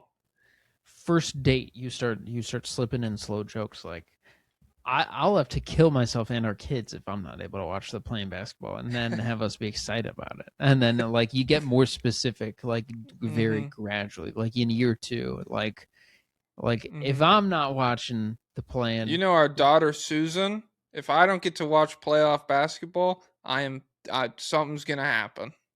We'll be in the tub with the toaster. That's for freaking sure. This toaster. Sure. Yeah. This toaster. I got you this toaster for our anniversary, 2-year anniversary. This is the killing myself if I miss the play-in toaster. We're never going to use this for food. Screw the Miami Heat. Okay. What if we stayed in Florida? Okay. My phone's frozen. No, technology can never work. It's opening It's opening a notes app. That How is the an insurmountable task. how the fuck is this like there's nothing open in the background. Okay, we got it. 119. The Orlando Magic, baby. They're 2-2. They beat the Lakers and the Clippers. They lost to the Rockets and the Suns. I didn't include the Rockets game in any of these averages, but Paolo's freaking back, dude. Because I did my prep yesterday and I didn't realize they played the Rockets. So before the Rockets game, Paolo is freaking back. 39% from three since January 1st. Booyah. Fuck you. 30 points twice in a 3-game span for the first time Booyah. since the playoffs last year. Last 4 games, again, not counting the Rockets game, 27 points, 9 rebounds, 7 assists on 55% true shooting with 3.8 turnovers a game. If I watched from the sidelines, Luka Doncic play Paolo Banchero, I can tell who the better player is. I see it. I see it. I wonder how far he would go with that. Yeah. What if you just take away his TV and just sit him on the sidelines every game all and the social time. media? He's Well, like, shit. Jared Vanderbilt's Let's see what crazy happens. tonight. Yeah. Paolo had 36, 10, and 6 versus the Lakers. His mom tweeted or posted somewhere. She's not liking how Orlando fans are treating him. She like I forget what exactly. Now she you know wrote. how Italy felt. Oh shoot, yeah. She was like, he's from Seattle, so just keep that in mind, or something like that. It was we got him over here in Seattle. It's fine if you guys don't want him. Then it's like, oh, she's hinting at what if Paulo forces his way out once Seattle gets He could a team. be. That's one thing when people talk about the expansion draft. One thing that pops up is teams not protecting like the real albatross contracts. Like Sabonis is one. When I asked about it on Twitter, that got a lot of responses. People were like they wouldn't protect Sabonis because his contract is not an asset at this point. Right now, Magic would definitely protect him, but Yeah. like 2 or 3 years into the Supermax, I don't know. And so if that's when expansion happens, maybe Seattle's got their guy. Who else is from Seattle? Levine, he'll be free. Okay. DeJounte, he'll be free. Oh, I forgot they're from Seattle because DeJounte freaking pwned him in 1v1s that time. Oh yeah, I wonder if they got an overtime. I hope so because they got to freaking play together in Seattle. Desmond. Oh, we'll talk about someone playing in Seattle. Desmond Bain in February, 24, 3 and 3 on 72% true shooting.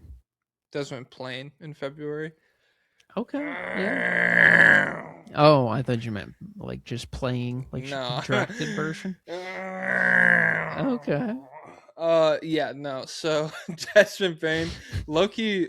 But this has also been a thing on my timeline a lot.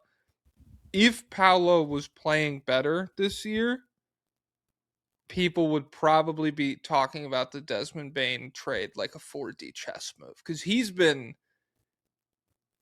like good enough to justify the 4 pick. I mean, it's tough because is the Phoenix Suns pick they gave up this year's or next year's? Do you remember? I have no clue. The Desmond Bain trade is like information that'll never rest permanently in my head. It's fleeting. It's permanently fleeting. It's a cognito. Damn, there's something like that on the SCP Wikipedia pages I'm always reading, where it's like it's like an info thing. It's like an idea that can't be remembered. Wait, what is SCP? SCP. It's like a government agency. It's a fake government agency that contains anomalies in this world, and so is it from a specific game or anything? No, I think it's just from like people on Reddit being from like forums. Yeah, shit like that. And so, the Desmond Bain trade is an SCP where it's like I showed someone, I read them the whole trade. I said, do your best to remember this, and then I asked them right after what was Desmond Bain traded for, and they couldn't remember. Oh, well, and then use that trick on your parents. Say, Mom, I got an F on my report card doesn't mean trade details, Mhm. and then you record it so you have proof that you told her, but they Mom, won't remember. ice cream for dinner. Stay up past my bedtime. Desmond Bain trade details. Well, that less functional. She won't remember it. So how will she? Oh shit! Oh no, Mom. I can't use this. I'm a good kid. I can't figure out how to use these powers badly. Yeah. Javon Carter. He's playing 19 minutes a game for these guys. Better than Tyus Jones. In 19 minutes versus the Clippers, he had 0 points. 16 minutes versus the Lakers, he had 0 points. Plus minus. Yeah, he was. Yeah, we're dropping PRA. PRA's out. We're done with PRA. Low key, they won the Ayo Dosunmu stuff. They've lost. Minnesota's lost. Let's his relax. Minutes, dude. He's too blue. Ayo Dosunmu blue. These idiots worshiping PRA. I'm PRA. smart. I only look at one stat plus or minus. What if they're saying pra? There's probably someone out there who's reading it that way. I was getting you're upset. Obsessed with freaking pra, dude. I was getting upset when I first saw it because like I couldn't figure out what it meant, and it was just like one of the vague. It's like vague posting. And that's one of those things that if you Google it, Google does not have that answer. So it's like, what the fuck? They're like, do you mean personal relations assistant? Obviously not, Google. Because I kept seeing it with Anthony Edwards. So I was like, what does this mean? How does PRA no impact. I have to pee. So if there's lobbyist requests for the Magic, freaking let them rip. All right. But yeah, Javon Carter's been playing for them. His plus minus is not bad. He's bringing a toughness. He's bringing the freaking Alvarado factor to the Magic. But still, this team is just they're just not where they're supposed to be. Let's see. Do we have anything from the Orlando Magic? We have 3. The Nifty Noodle. Hey, Chudley and Chudler, I hope you have a great day. You should start a hashtag Fire Mosley movement. Thank you. I haven't been following. I don't know if there's much like reporting on whether that's gonna happen, but he gets a lot of criticism. I feel like even from like national media, like Zach Lowe, I feel like is very critical of him. And so I wouldn't be surprised if he is fired after this year, especially if you are Paolo doesn't like the off. Well, he didn't like playing fast. I don't even know how fast they're still playing. But it seems like him and Paolo may have disagreements, and they'll definitely get a new coach before they cut ties with Paolo or anything like that. So I think your prayers will be answered. Orlando Magic Truther. Hello, Mima and Peepaw. What can we do to redistribute the Davos family wealth and put it into better healthcare facilities? DeVos family wealth and put it into better healthcare facilities for the Magic. The big three of Franz, Paolo, and Suggs have only played like 33 out of 120 games together. If this team was healthier, would we have been better all this time, or are these losers doomed to the injury report? Love the pod. Thanks. You'd definitely be better.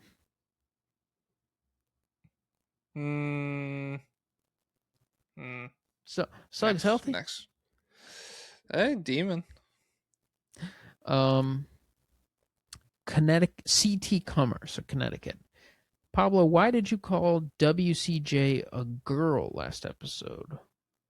Wendell Carter Wendy Jr.? Carter Jr.? Did I say that? I don't even know. That was a little joke. No, I was freaking backing you up, dude. I don't know what I said. But you know his nickname used to be Oatmeal because they said he was thicker than a bowl of oatmeal. Okay. I don't know why you called him a girl. We black out during these episodes. And that's not an insult from me. That's from the SCP. Oh shoot. And that's a compliment for me. You'd be lucky if I called you that. Yeah. You're like a higher life form. That's pretty much what he's saying. So stop freaking out. Like so power scaling it goes if I call you a lesbian woman, if I call you a cis woman. Oh shoot. Then Ellen if I call DeGeneres you at the top? Well, that can't work actually. Ellen at the top. It would need to be something. Tyler Oliveira doing an expose on Ellen to show that lesbians are mean to everybody and evil. That's nice. Just find the meanest rich person you can for every demographic and be Yeah. like, this is what everybody's like. They're liars, and then you play Dakota Johnson clip. That's but not true, but Alan. lesbians may be liars. I don't know. Let's not I rule mean, that one maybe, out. but everybody's a liar. Are we done with the magic? Yeah. Okay. The fuck do you want me to do about it? Timestamp it, dude. Okay, what do you want to do after that? Who is it? Who's the team? Take a guess. The Raptors? Nah, it's the 76ers. 3-1 in their Shoot. last 4. They beat the Heat, Pacers, Wolves. They lost to the Pelicans. Maxey, franchise leader in three-pointers made, passing Allen Iverson. Wow. Dude, passing of the torch. That dude was chucking. He hasn't played for them in 60 years. And he's number one. That dude was freaking chucking. Mm-hmm. That's what they used to call him, Chuck Iverson. Yep. That was another thing. When Bill and Max... Did you get to the nickname part with Bill and Max? No, I don't think so. They were talking about how there's no good nicknames anymore. And they were like going through old nicknames. And Bill was just... He's like, we haven't had a sniper in a while. We're missing a Sniper Johnson. That'd be cool. And then he's like, what if we start calling Aussie Reeves Slick Reeves? Slick Reeves. Max Kellerman's like, that's good. Hey, I like that. I'm trying to bring back like 1920s nicknames or whatever, where it's like, hey Slick, hey Petey, come on, let's go down to the malt shop or whatever. Joel Embiid, he is back on minutes restriction. This is from Krell. Nick Nurse did not have any updates on Joel Embiid after the game, but he mentioned that he saw the rib and shoulder ailing him.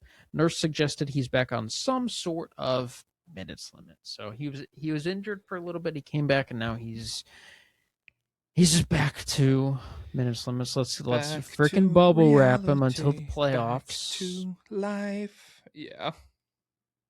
And Max, he's just being Max. He's dropping freaking 30 every game.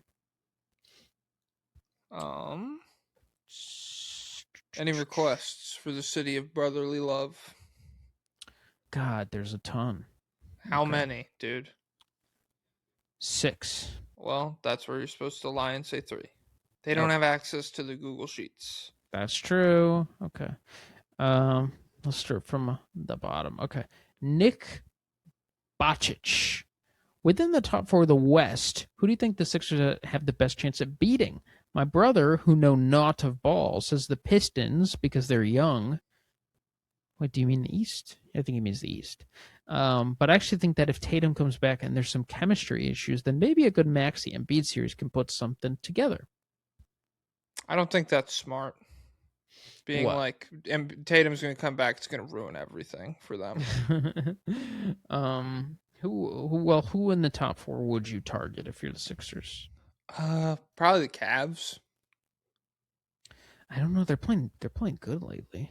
It's February. That's true, but they made big trades for Harden. Oh, and he maybe because of Harden. We'll get to why, but maybe the Knicks. Maybe you just capitalize on their foul out Mitchell Robinson every game. Up and Karl down Anthony nature. Towns, completely terrible series. Jalen Brunson put in the VJ torture chamber, I guess. I don't know about that one. But I don't know. I would say the Knicks are realistically beatable. The Cavs are realistically beatable. But they would I think the Sixers would need to play like a better level of basketball for the final few months to make me feel like you should like be cool facing the Celtics or the Pistons. What city's closer to Philly, Boston or New York? I have no idea. We'll say whichever city's closer, because then it's less travel. Less travel. Your body.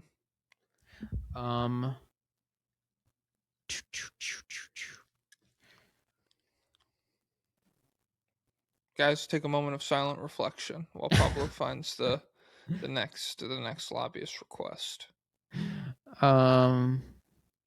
Jared McKean's nails says, earlier this week on Stay Hot, I mentioned that the cutoff for a small guard is 6'5".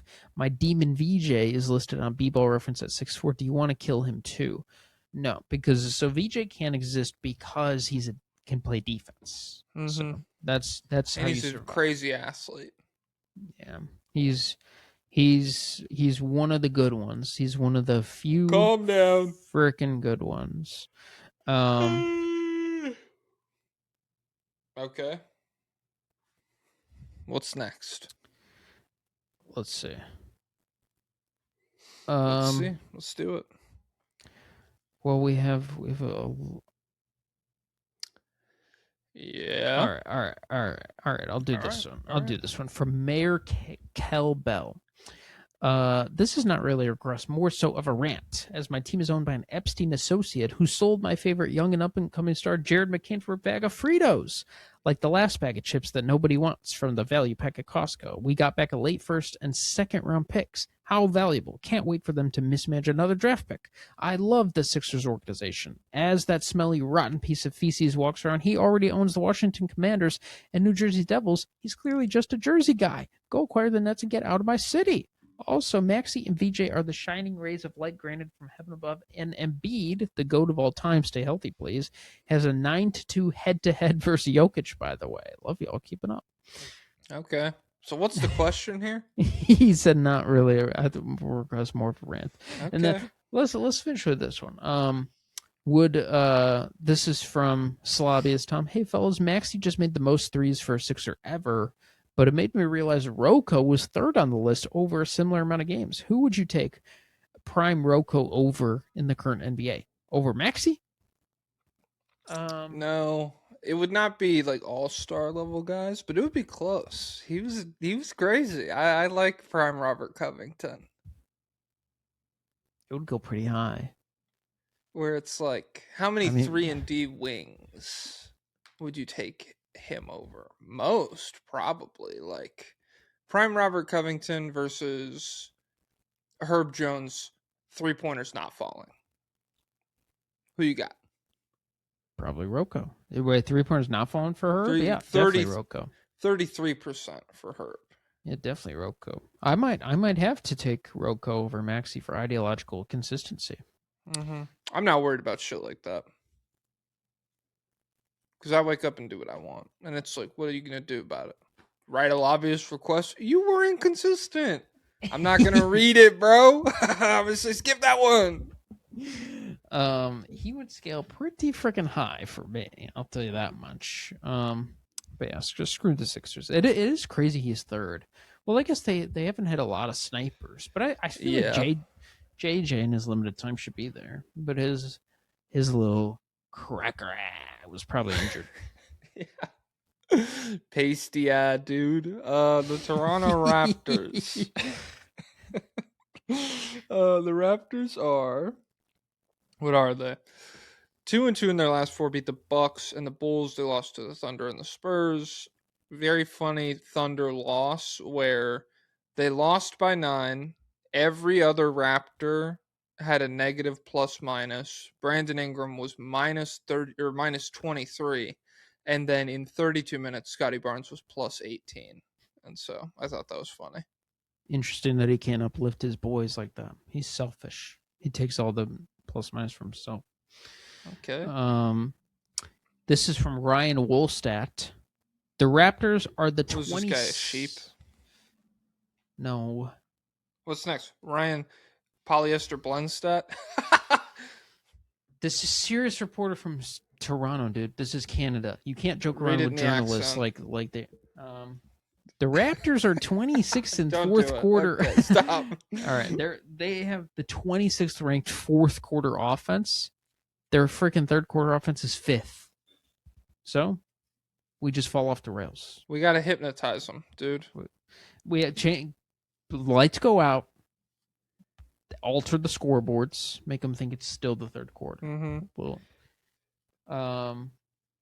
but yeah, and then Dick check. Grady Dick is done. So he's down to 12 minutes a game at this point in February, and he's just doing nothing pretty much. Wow, Dick check. The dick is gone. It's crazy how He just can't shoot. I was going through in 3 years. He's had 2 months where he's shot 40% from three. God, he's like the anti-Conkinipple. He really is. It's crazy. Yeah, I wonder what's going to happen to him. Like, is he going to be in the NBA? Is he going to figure this out ever? I don't know. No, probably not. If he can't shoot, I mean, yeah, I just don't know. And he was supposed to be more capable defensively. He was supposed to be at least be able to play make defensively, but I think he's just getting cooked. So bad news for the Raptors. And the Raptors have been one of the 10 worst 3-point shooting teams for 5 years in a row. And I don't know if this is going to change for a team built around Scotty and Brandon Ingram. And we drafted CMB. Yeah, probably. RJ Barrett's still under contract next Jakob year. Poeltl, Demon Floor. It's late in spacing, so it doesn't contribute. The only consistent shooters we have are Battle, Quickly, and Mamu. So, okay. Jacoby's up and down. I think he might be 40% this month, but yeah, in general, he's freaking lapped Grady Dick. When they drafted him, I remember thinking, what are we getting 2 shooters for? But they were doing 40 chess. They were like, no, we actually only have one. We got one shooter and one bad player. 40 chess. Wow. And Jacoby is more capable defensively. But yeah, this is a team. I don't know how we're gonna address these shooting woes. But we don't do shooting. We do freaking defensive playmaking here because Scotty now has 10 games this season with multiple steals and multiple blocks. That's the most in the NBA. Multiple steals and multiple multiple blobs. Who else is on this list? Who's the other 9 names? Oh, 9 names with multiple steals and blocks. Yes. 10 games with multiple steals and blocks. No, surprisingly, no. Chet. I don't know how that's possible. No. Mobley? Nope. Şengün. Yep, he was number 10. Okay. Is Cade Cunningham here? Yep, he's number 2. Derek White. Yep. Is Suggs here? There's no way. He hasn't played enough. He hasn't even played 10 games. Yeah, so it's Scotty Barnes. How many more names do I have? 1, 2, 3, 4, 5, 6. Okay, 6 names. Let's think. Let me think. Let me run down the list in my brain. Is Jokic here? Nope. Fuck, that would be cool. That would have been propaganda. Is Klingon here? Nope. Alex Sarr? Nope. God damn, bro. Is Bam Adebayo here? Nope. Is Dyson Daniels here? No. Oh my god. OG Anunoby? No. Mikal Bridges? Yes. Wow, finally. Okay, give me the rest of the list then. Jaden McDaniels, Asar Thompson. Fuck. I never remember these guys. Rudy. Obviously. You said every big but Rudy. Yeah. My bad. Tyrese Maxey and Onyeka Okongwu. Okay. Demons. From Josh Lewenberg, the no Scotty / Ingram lineups will keep costing us games down the stretch. San Antonio shaved 7 points off of the Raptors' 12-point lead in 97 seconds without Barnes or Ingram on the floor to open the fourth quarter. So maybe that's the source of their woes. They opened the fourth quarter with neither of those guys on the court, and maybe that's when the Grady minutes happen. I don't even know. Yeah, instead of playing our good players, we hit ourselves in the head with a hammer at the start of every fourth quarter, and so we got to work on that. And then Jonte Porter has signed with the Seattle Superhawks. Okay, that's a cool name. This is a new league, I believe. It's called USBL or something like that. It appears to be a league that only has teams on the West Coast. So here are the teams. Okay. Outside the Seattle Superhawks. The Yakima Heat. The Vancouver Bears. Where is Yakima? Washington. All right. You seen that, Carly? Yakima. Is it hot? Maybe in the summer. It might be in the countryside of Washington, so maybe they have extreme temps there. Okay, whatever. Like a super cold winter, super hot summer. I don't know, though. Dude, the Yakima thermometers. You guys, hit me up. Vancouver Bears, Bakersfield Majestics, which based off what I've heard of Bakersfield, not a good name. The Salem Capitals, and their logo was a bull. And so I was like, what is going on here? So apparently Salem is the capital of Oregon, and it appears they have one rodeo there. I don't know how bull heavy the city is, but the Lilac City Legends. Do you know what Lilac City is? I had to Google this. I assume it's a town. Yep, it's Washington. It's what's that city in Washington? It starts with a S. Spokane? Shoot. I think it's Spokane, Washington. Yeah. I think that's what it was. The San Diego Surf and the Los Angeles Blue Waves. So what could possibly be the business plan for these leagues? Like, what do they expect to happen realistically? Like, what's their angle at supplanting the NBA or just making money in general? Are we going after Julian Newman? Maybe. Yeah, I have no idea. It's certainly not supplanting the NBA. It's probably just like finding cities where you can sell tickets just as like something to do. Would you bet on it at the games again if you're Jonte? Yeah, for sure. There's always going to be a new league, baby. That's what I take away from all this. There's always a new league that I'm playing in. I'm playing it. Yeah. So, yeah, I would. We have one from Pablo's neighbor. What's up, Jack? I'm sure you've been anxiously awaiting my Andrea Bargnani penis tip, so I'm here to give it to you. It's small, so says my mother. My mother knows because she was his nurse one time. Okay, that's fucked up. That's HIPAA. Is this small for everyone or just relative to a 6'10"er? I don't know. I suppose that's the question for this guy's mom. All right, ask your mom. Ask your mom more. Yeah, go ask your mom about that, pal. Yeah. Go ask your mom ask about your Bargnani's freaking mom dick. about that, dude. Okay. Screw The Raptors. Let's kind of speed run these top four. Because we got like 15 minutes left. So. God, these freaking guys suck. One. They suck? Yup. Cavs, 2-2, beat the Knicks and the Hornets, lost to the Thunder and the Bucks. James Harden, thumb fracture. Guess he's going to play through it. We're playing through it. We're playing through it. Who needs your shooting thumb, you know? That I'm sure he'll be able to overcome this in the playoffs. It'll be fine. Jared Allen demon time. I'm going to silence myself because the sirens just keep coming, baby. It's the city of sirens. The siren song of Washington, D.C. Oh, you muted already? Okay, Jared, because it doesn't say you're muted on Riverside, which is odd. Is he doing? Well, I'm muting it on my it's a little third-party like muting. Yeah, dude. Okay, well the sirens are gone anyway. So Jared Allen, last 10 games, 22 points, 12 rebounds, 74% true shooting. Cavs are 8-2 against the Bucks with no Mitchell or Mobley or James Harden. He had 27 points and 11 rebounds and almost won them the game, but his hand was still on the ball when the buzzer went off. Jared Allen on playing with James Harden. You heard what Zubac said about him. He's one of the best guards to play with as a big man. He just came in, made so many looks of mine. Okay. Easy. Original thoughts instead of just plagiarizing Ivica, dude? Yeah. Any thoughts? He probably took that from Clint. It's probably a freaking game of telephone at this point. Ridiculous. And then, Harden's playing through that fractured thumb.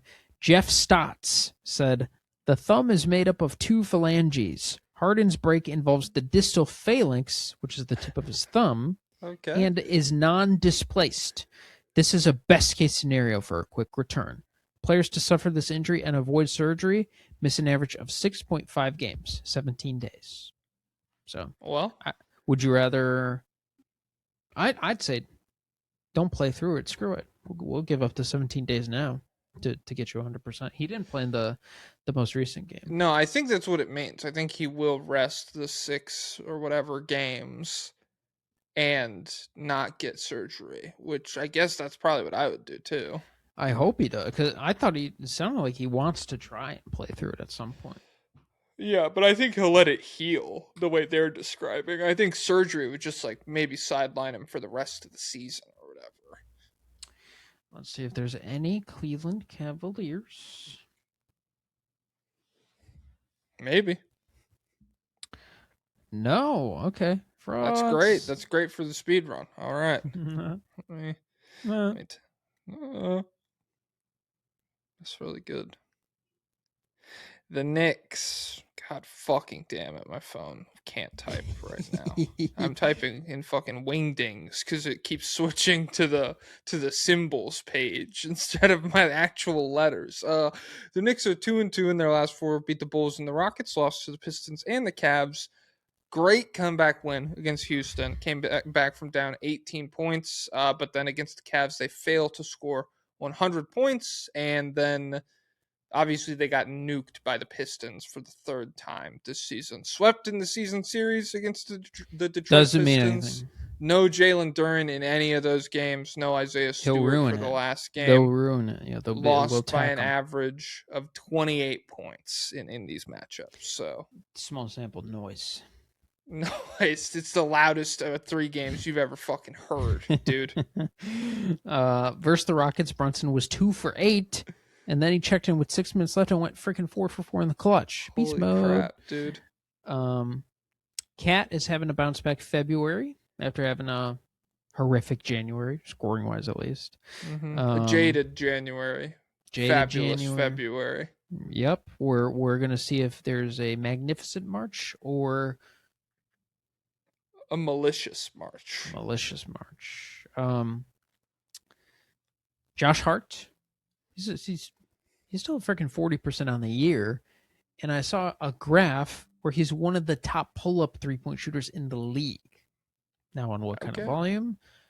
Don't care, but he's up there. So nice. Josh Hart with the 3-pointers, a different guy in the playoffs, beast mode. And that's like a Robert Covington level guy. Better rebounding, when that three's not falling, as high defensively. When that three's falling, that's like a Robert Covington level guy. Hey, Mikal Bridges versus Robert Covington, I know who I'm taking. Yeah, because Robert Covington, he's actually more well suited for smaller guards, and he's actually more well suited for bigger guards as well, and bigger players. Can Mikal guard this guy? No. It's just not the right. He falls out of the 10-pound range, so we need him to be in. For it's weight classes for Mikal and wingspan classes. Yeah. That's all I got on the Knicks. The Pistons stuff is pretty scary for them. They played Cleveland, and they got freaking boomped. And so this is from Nikias Duncan. He wrote a bunch of notes about it on Twitter. Brunson saw switches on 49% of his pick and rolls, and that's the 3rd highest volume of any game this year. And they got 0.52 points per possession on those, so 2nd lowest in a game this year. So they're freaking locking up Jalen Brunson pick and rolls. Only 5 shot attempts and 43 total touches for Cat. The Cavs had Allen and Mobley locking up the paint, and they had Dean Wade guarding Brunson. So, and Josh Allen guarding, or not Josh, Jarrett Allen guarding Josh Hart. So we were freaking locking up. We're freaking clogging up the paint. We're sagging off. Actually, I don't even know if he sagged off, but whenever we use Josh Hart as a screener, we're pulling Jarrett Allen into the action, and he was hanging with Brunson in this game at the very least. He's been cooked in the past on the perimeter, but he was hanging. That was against freaking Jason Tatum, dude. Yeah, that's not, that's tier up. He's not trying to get to the basket. Yeah.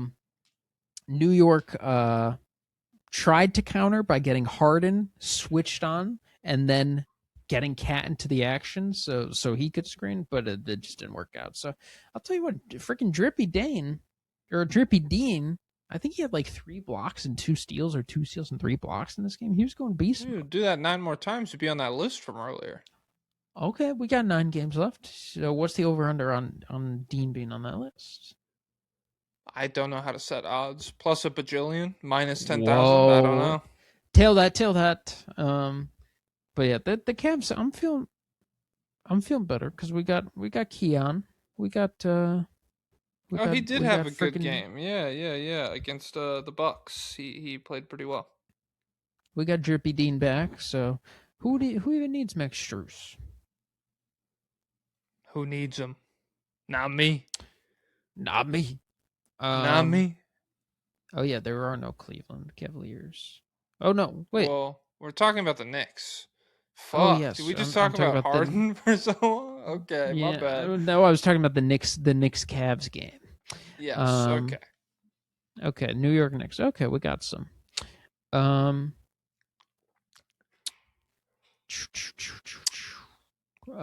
Pete. Hey, Furcon and Corkmouse, longtime listener, third-time lobbyist. First of all, Jack, your fart noises fucking suck. Get some saliva into it.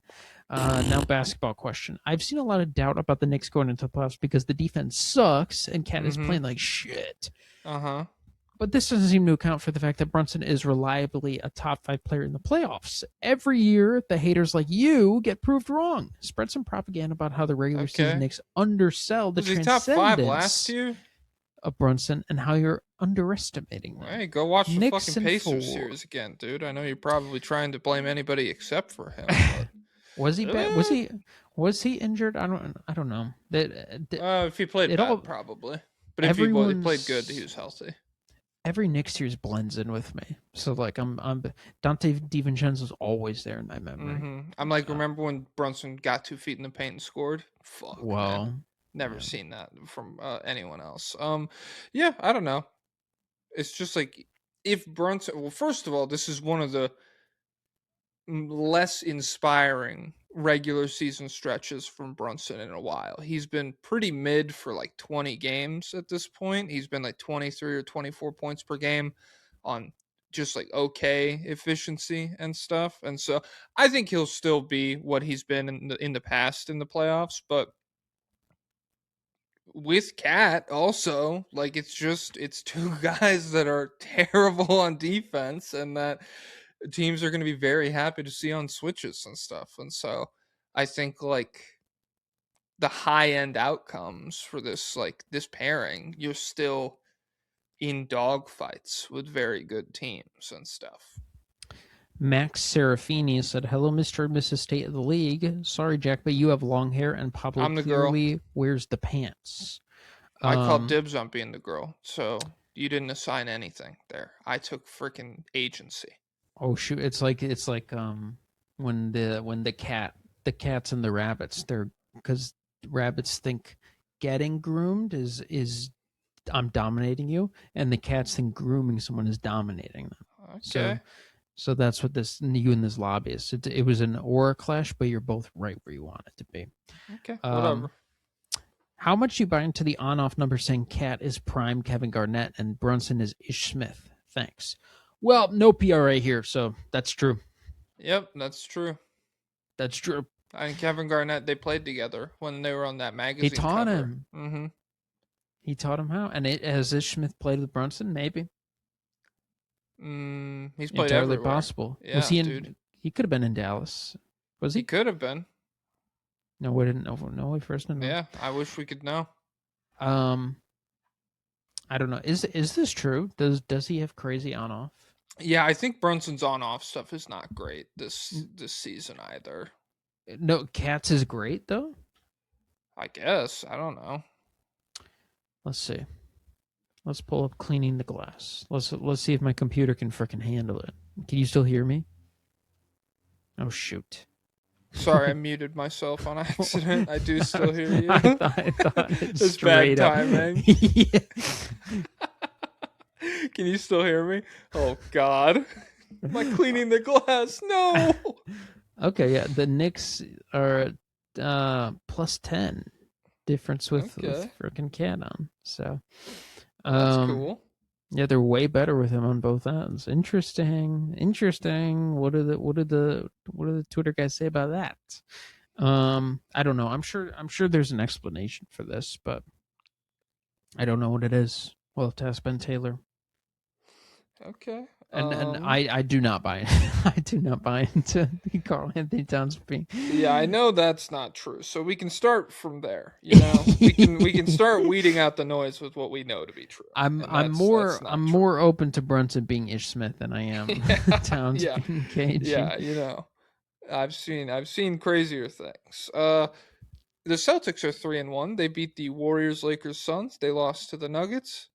Freaking nuked the Suns without Jaylen Brown. Got nuked by the Nuggets with him. Pretty interesting. Pretty freaking interesting, huh? Ah, that's pretty interesting. Last 20 games for Jaylen Brown. Do you have it written down? No, I don't have anything for these guys. Tell me, but it's probably an MVP stretch, right? So this is 20 games since he dropped 50 against the Clippers. That was his MVP moment. That was a statement freaking moment, right? Yep. So since then, 28 points per game. That's a ton. 9 rebounds. That's a ton. 5 assists. What?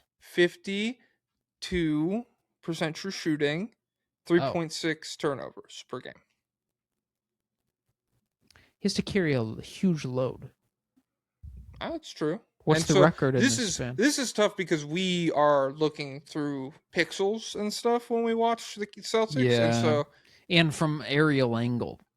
If I'm like on the level with him, if I could get into Rich Paul's seats, for example, then I might have a new perspective, and you could attack my logic and expand my perspective. Well, so why do you need? I'll take the bait. I'll attack your logic. I'll try and defeat you logically. So why do you only value the eye test? Why don't you value all the numbers that are quantifying what the eye test is? So why don't I you value use the those? numbers, 28 points per game. Okay, what about the more advanced numbers? The on-off numbers? Because like a lot of baseball people do this too with like Reggie Williams, and so Bernie Williams, and so I just don't buy into all that advanced stuff, man. Jaylen Brown, he's got MVP motion. We need Shea to die, so Cade can win. But also, I need a Jaylen Brown Cade debate for MVP. I need there to be a chance for Jaylen Brown to win MVP. Back for Shea. So you know what? Straight up, he should just win MVP, even if everyone's healthy. I want Jaylen Brown to be MVP. Nice. That would be awesome. I just want the history books ruined. Yeah, it would be sick. The guy who won MVP, Finals MVP, Conference Finals MVP. That's the sidekick. Dude. Yeah, I'm so freaking sure. Tatum. So sure. Whose team was this? Yeah. Derek White had 18 in the first half against the Nuggets, but the Nuggets game was the second night of a back-to-back for them. So everybody except for Jaylen Brown, I'm not going to hit too hard. Jaylen Brown rested to play that game though, and he played badly. So. Any requests? Let's see. Let's find out. Let's find out. Hugo Gonzalez, believer. What big man should the Celtics target this summer with the TPE created by trading Anthony Simons? I don't know who's TPE eligible. How much is TPE? I don't know. Somebody needs to make a Data Baller style website where I can click on any of these exceptions or like all of this shit and just see what teams can do with it, because I don't know how to find it otherwise. Ooh, sneeze incoming. Okay, sneeze. Okay, bless you. Had to look to the light. Look at the light, guys. Yeah. That's a little sneeze hack. If you're about to sneeze and you can't really capture it, stare into the light if you can. Yes, guys, I've tried sniffing pepper. I've tried every sneeze hack. I've tried every sneeze. Yes. I smell lemons when I can't sneeze. I've tried every sneeze hack. Yeah. So there's been a lot of Vooch slander, which I like to see. I still think he could be an asset in a playoff series potentially in the right matchup, but. As far as TP, I don't know. I have literally no clue who would even be the options for this type of thing. Me neither. Next request. We gotta go, dude. Come on. Luke Cornett lesbian. Whoa, long time no Hey, see. you're at the top of the power scaling chart. Congratulations. Oh, true. Hi, fellas. Belated congrats to Jack on your engagement. In the Thank you. Eastern Conference ranking episode, you mentioned how our front court rotation is less than ideal, which, duh, but I really feel like Keita hasn't gotten enough credit this season for his improvement over the years prior. I think you guys should sing his praises a little more, but I can sort of tell listening you're not big Celtics watchers, which is fine. Fuck you. Also, how do you feel about Luke Cornett's time on the Spurs this season? I don't get to watch enough West Coast games. I miss him in green. Should I change my name? No players on the C's that sound good next to lesbian except Luca Garza, and I just don't think I can get behind him like that. Yeah. Luca Garza lesbian. I will say, so fuck you. I watch the Celtics sometimes.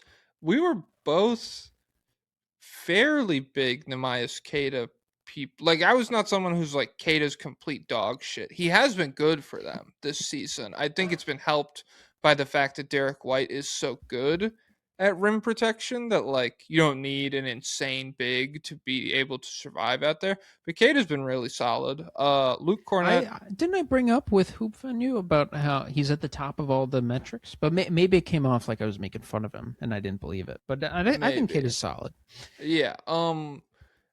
Luke Cornett is good. I was happy when the Spurs got him. He's a very serviceable backup. Honestly, there was a thread where someone was making fun of the Lakers for getting DeAndre Ayton, and they were like, they should have gotten Day'Ron Sharp or Luke Cornett, and all the comments back in summer were like, Luke Cornett should be starting for the Lakers. I need you dead tomorrow.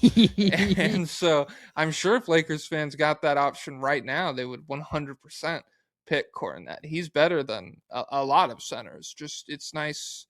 I don't know. There's a lot to be said when you're enormous and you have okay touch and you can defend the rim pretty well.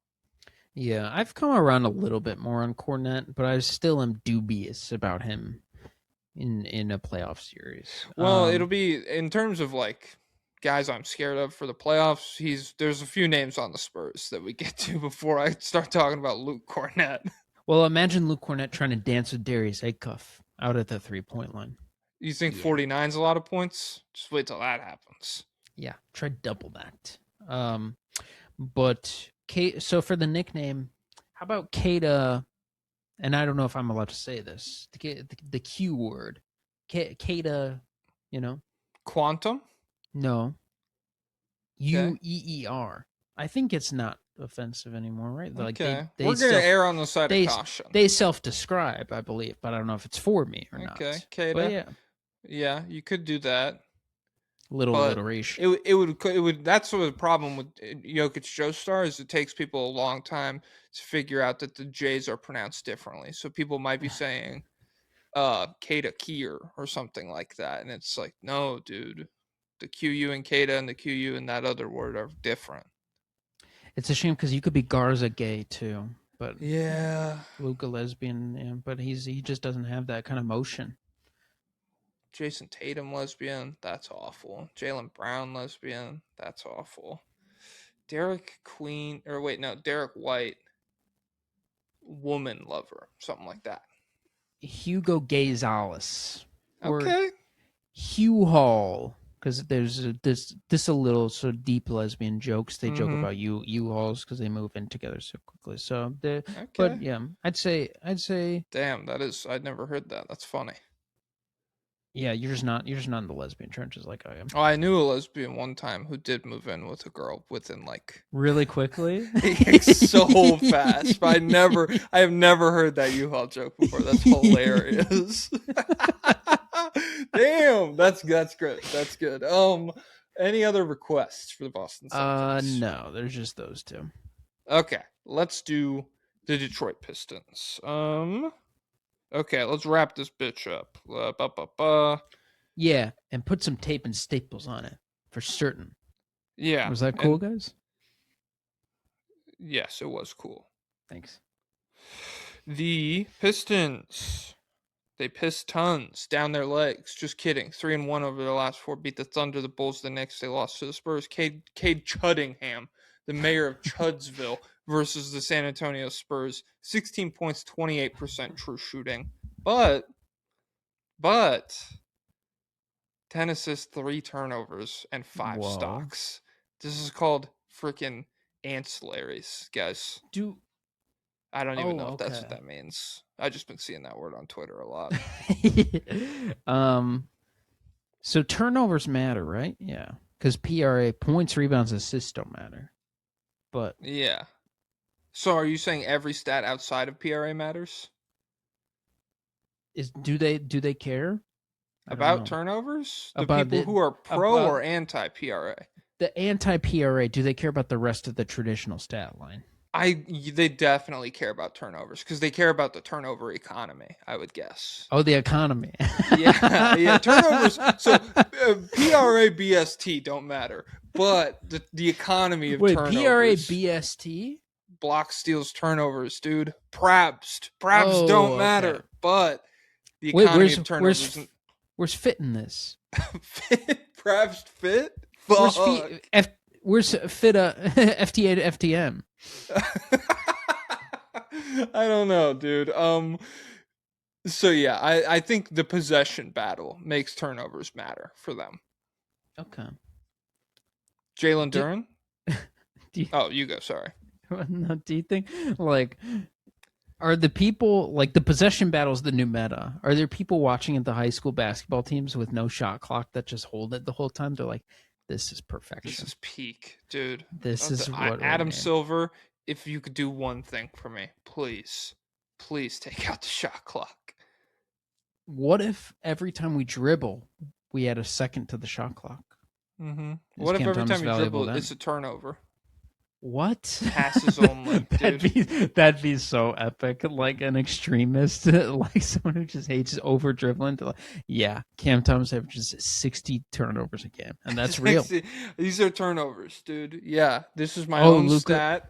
Luka's 14 assists to 58 turnovers. Yeah, that's a great player. Yeah, that would rock. When a new advanced stat comes onto the scene and people dig into what makes it, and they're like, how is a defensive rebound worth 20 points or whatever? That would be sick. You dig into the code of Prabs, FTA, FTM or whatever, and it's dribbles are turnovers.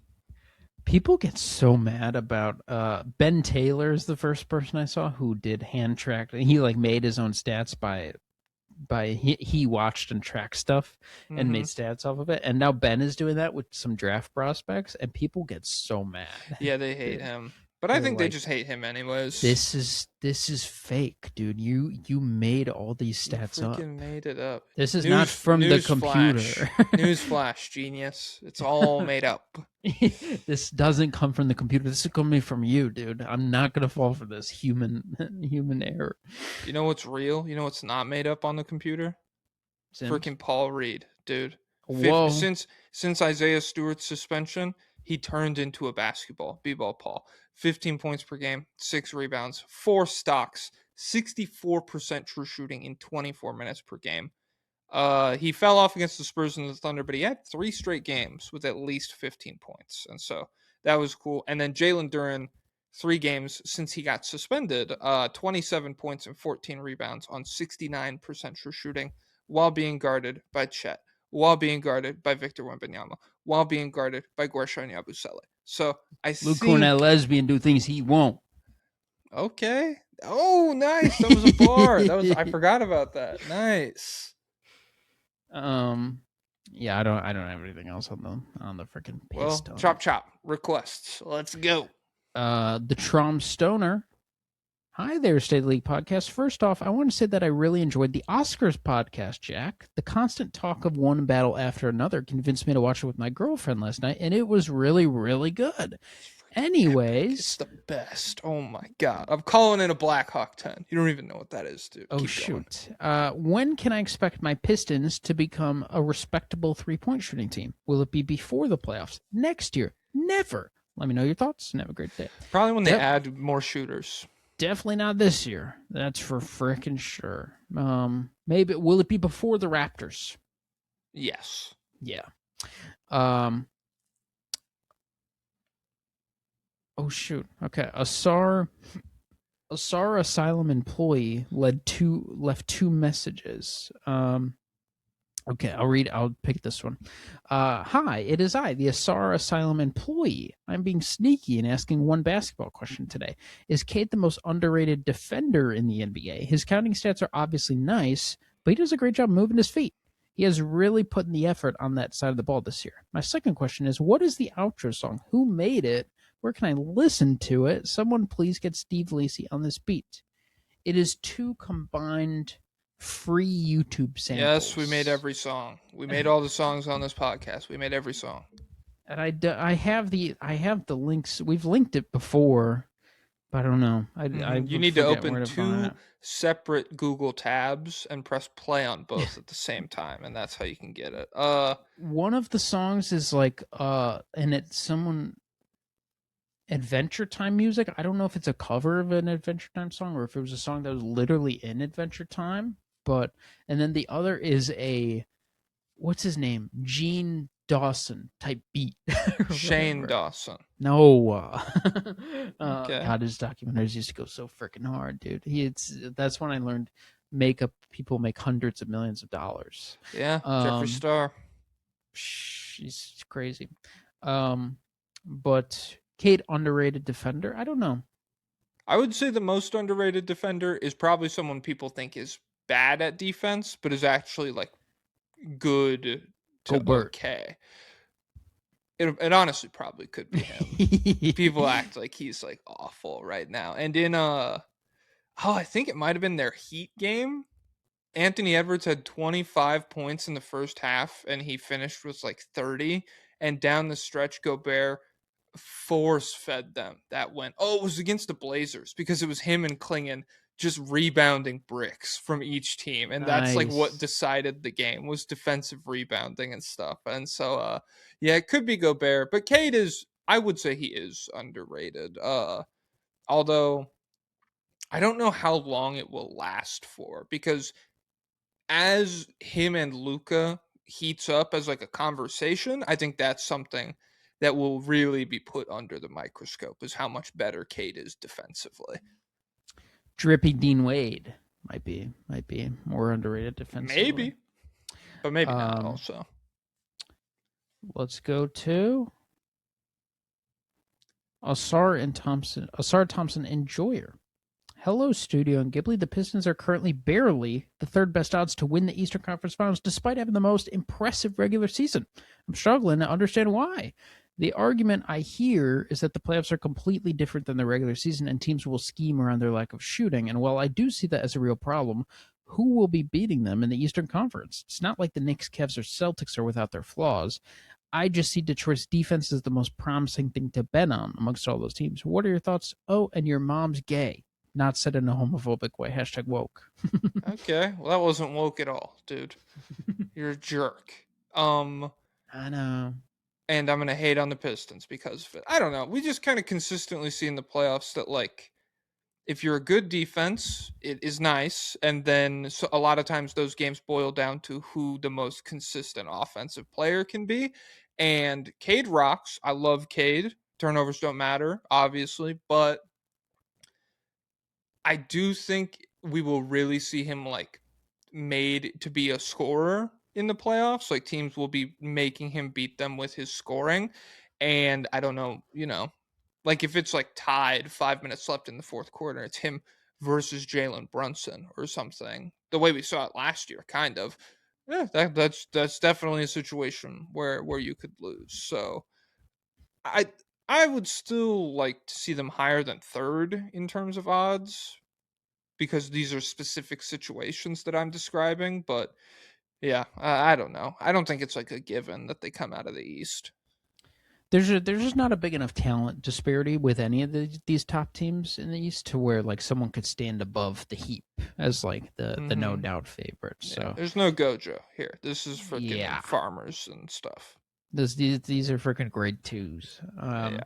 If you tell me you could tell me you prefer any one of these Jokers, and I'll believe it. Guys, my favorite character in Fire Force is Joker. I think he's so cool. And then we'll do the last one. Digital Mitski.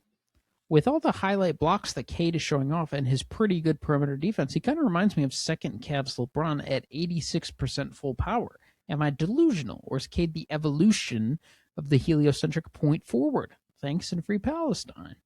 I would not go there because second Cavs LeBron is special grade, and yeah, second Cavs LeBron is like, that's still probably the best player in the world, realistically. I think is Cade. Who's heliocentric and plays defense? Him and Shea?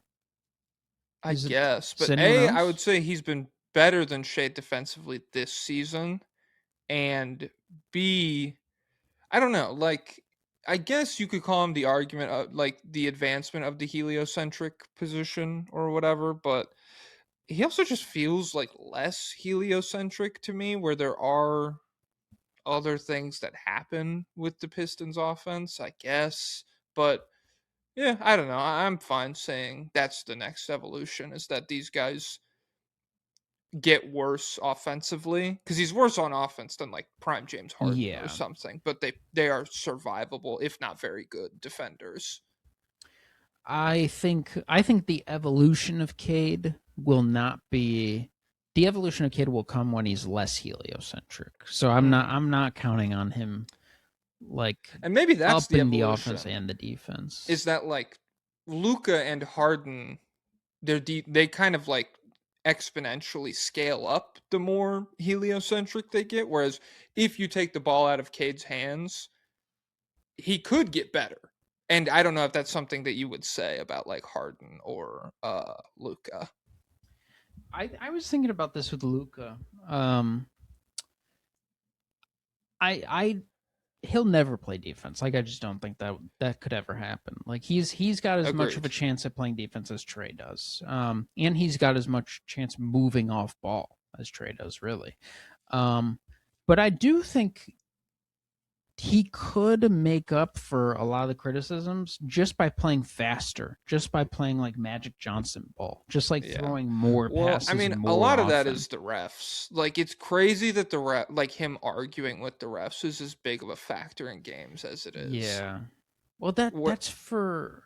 Well, I guess he argues defense, on both ends, but like I do think it is like a thing that consistently affects like the up and down flow of the game. It was like Luka standing on one end of the floor.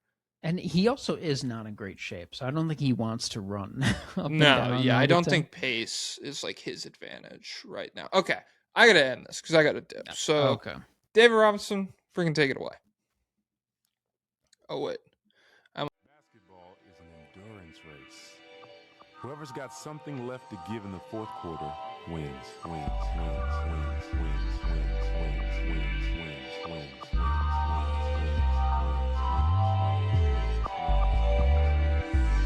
Up tempo means I'm gonna run you into the ground.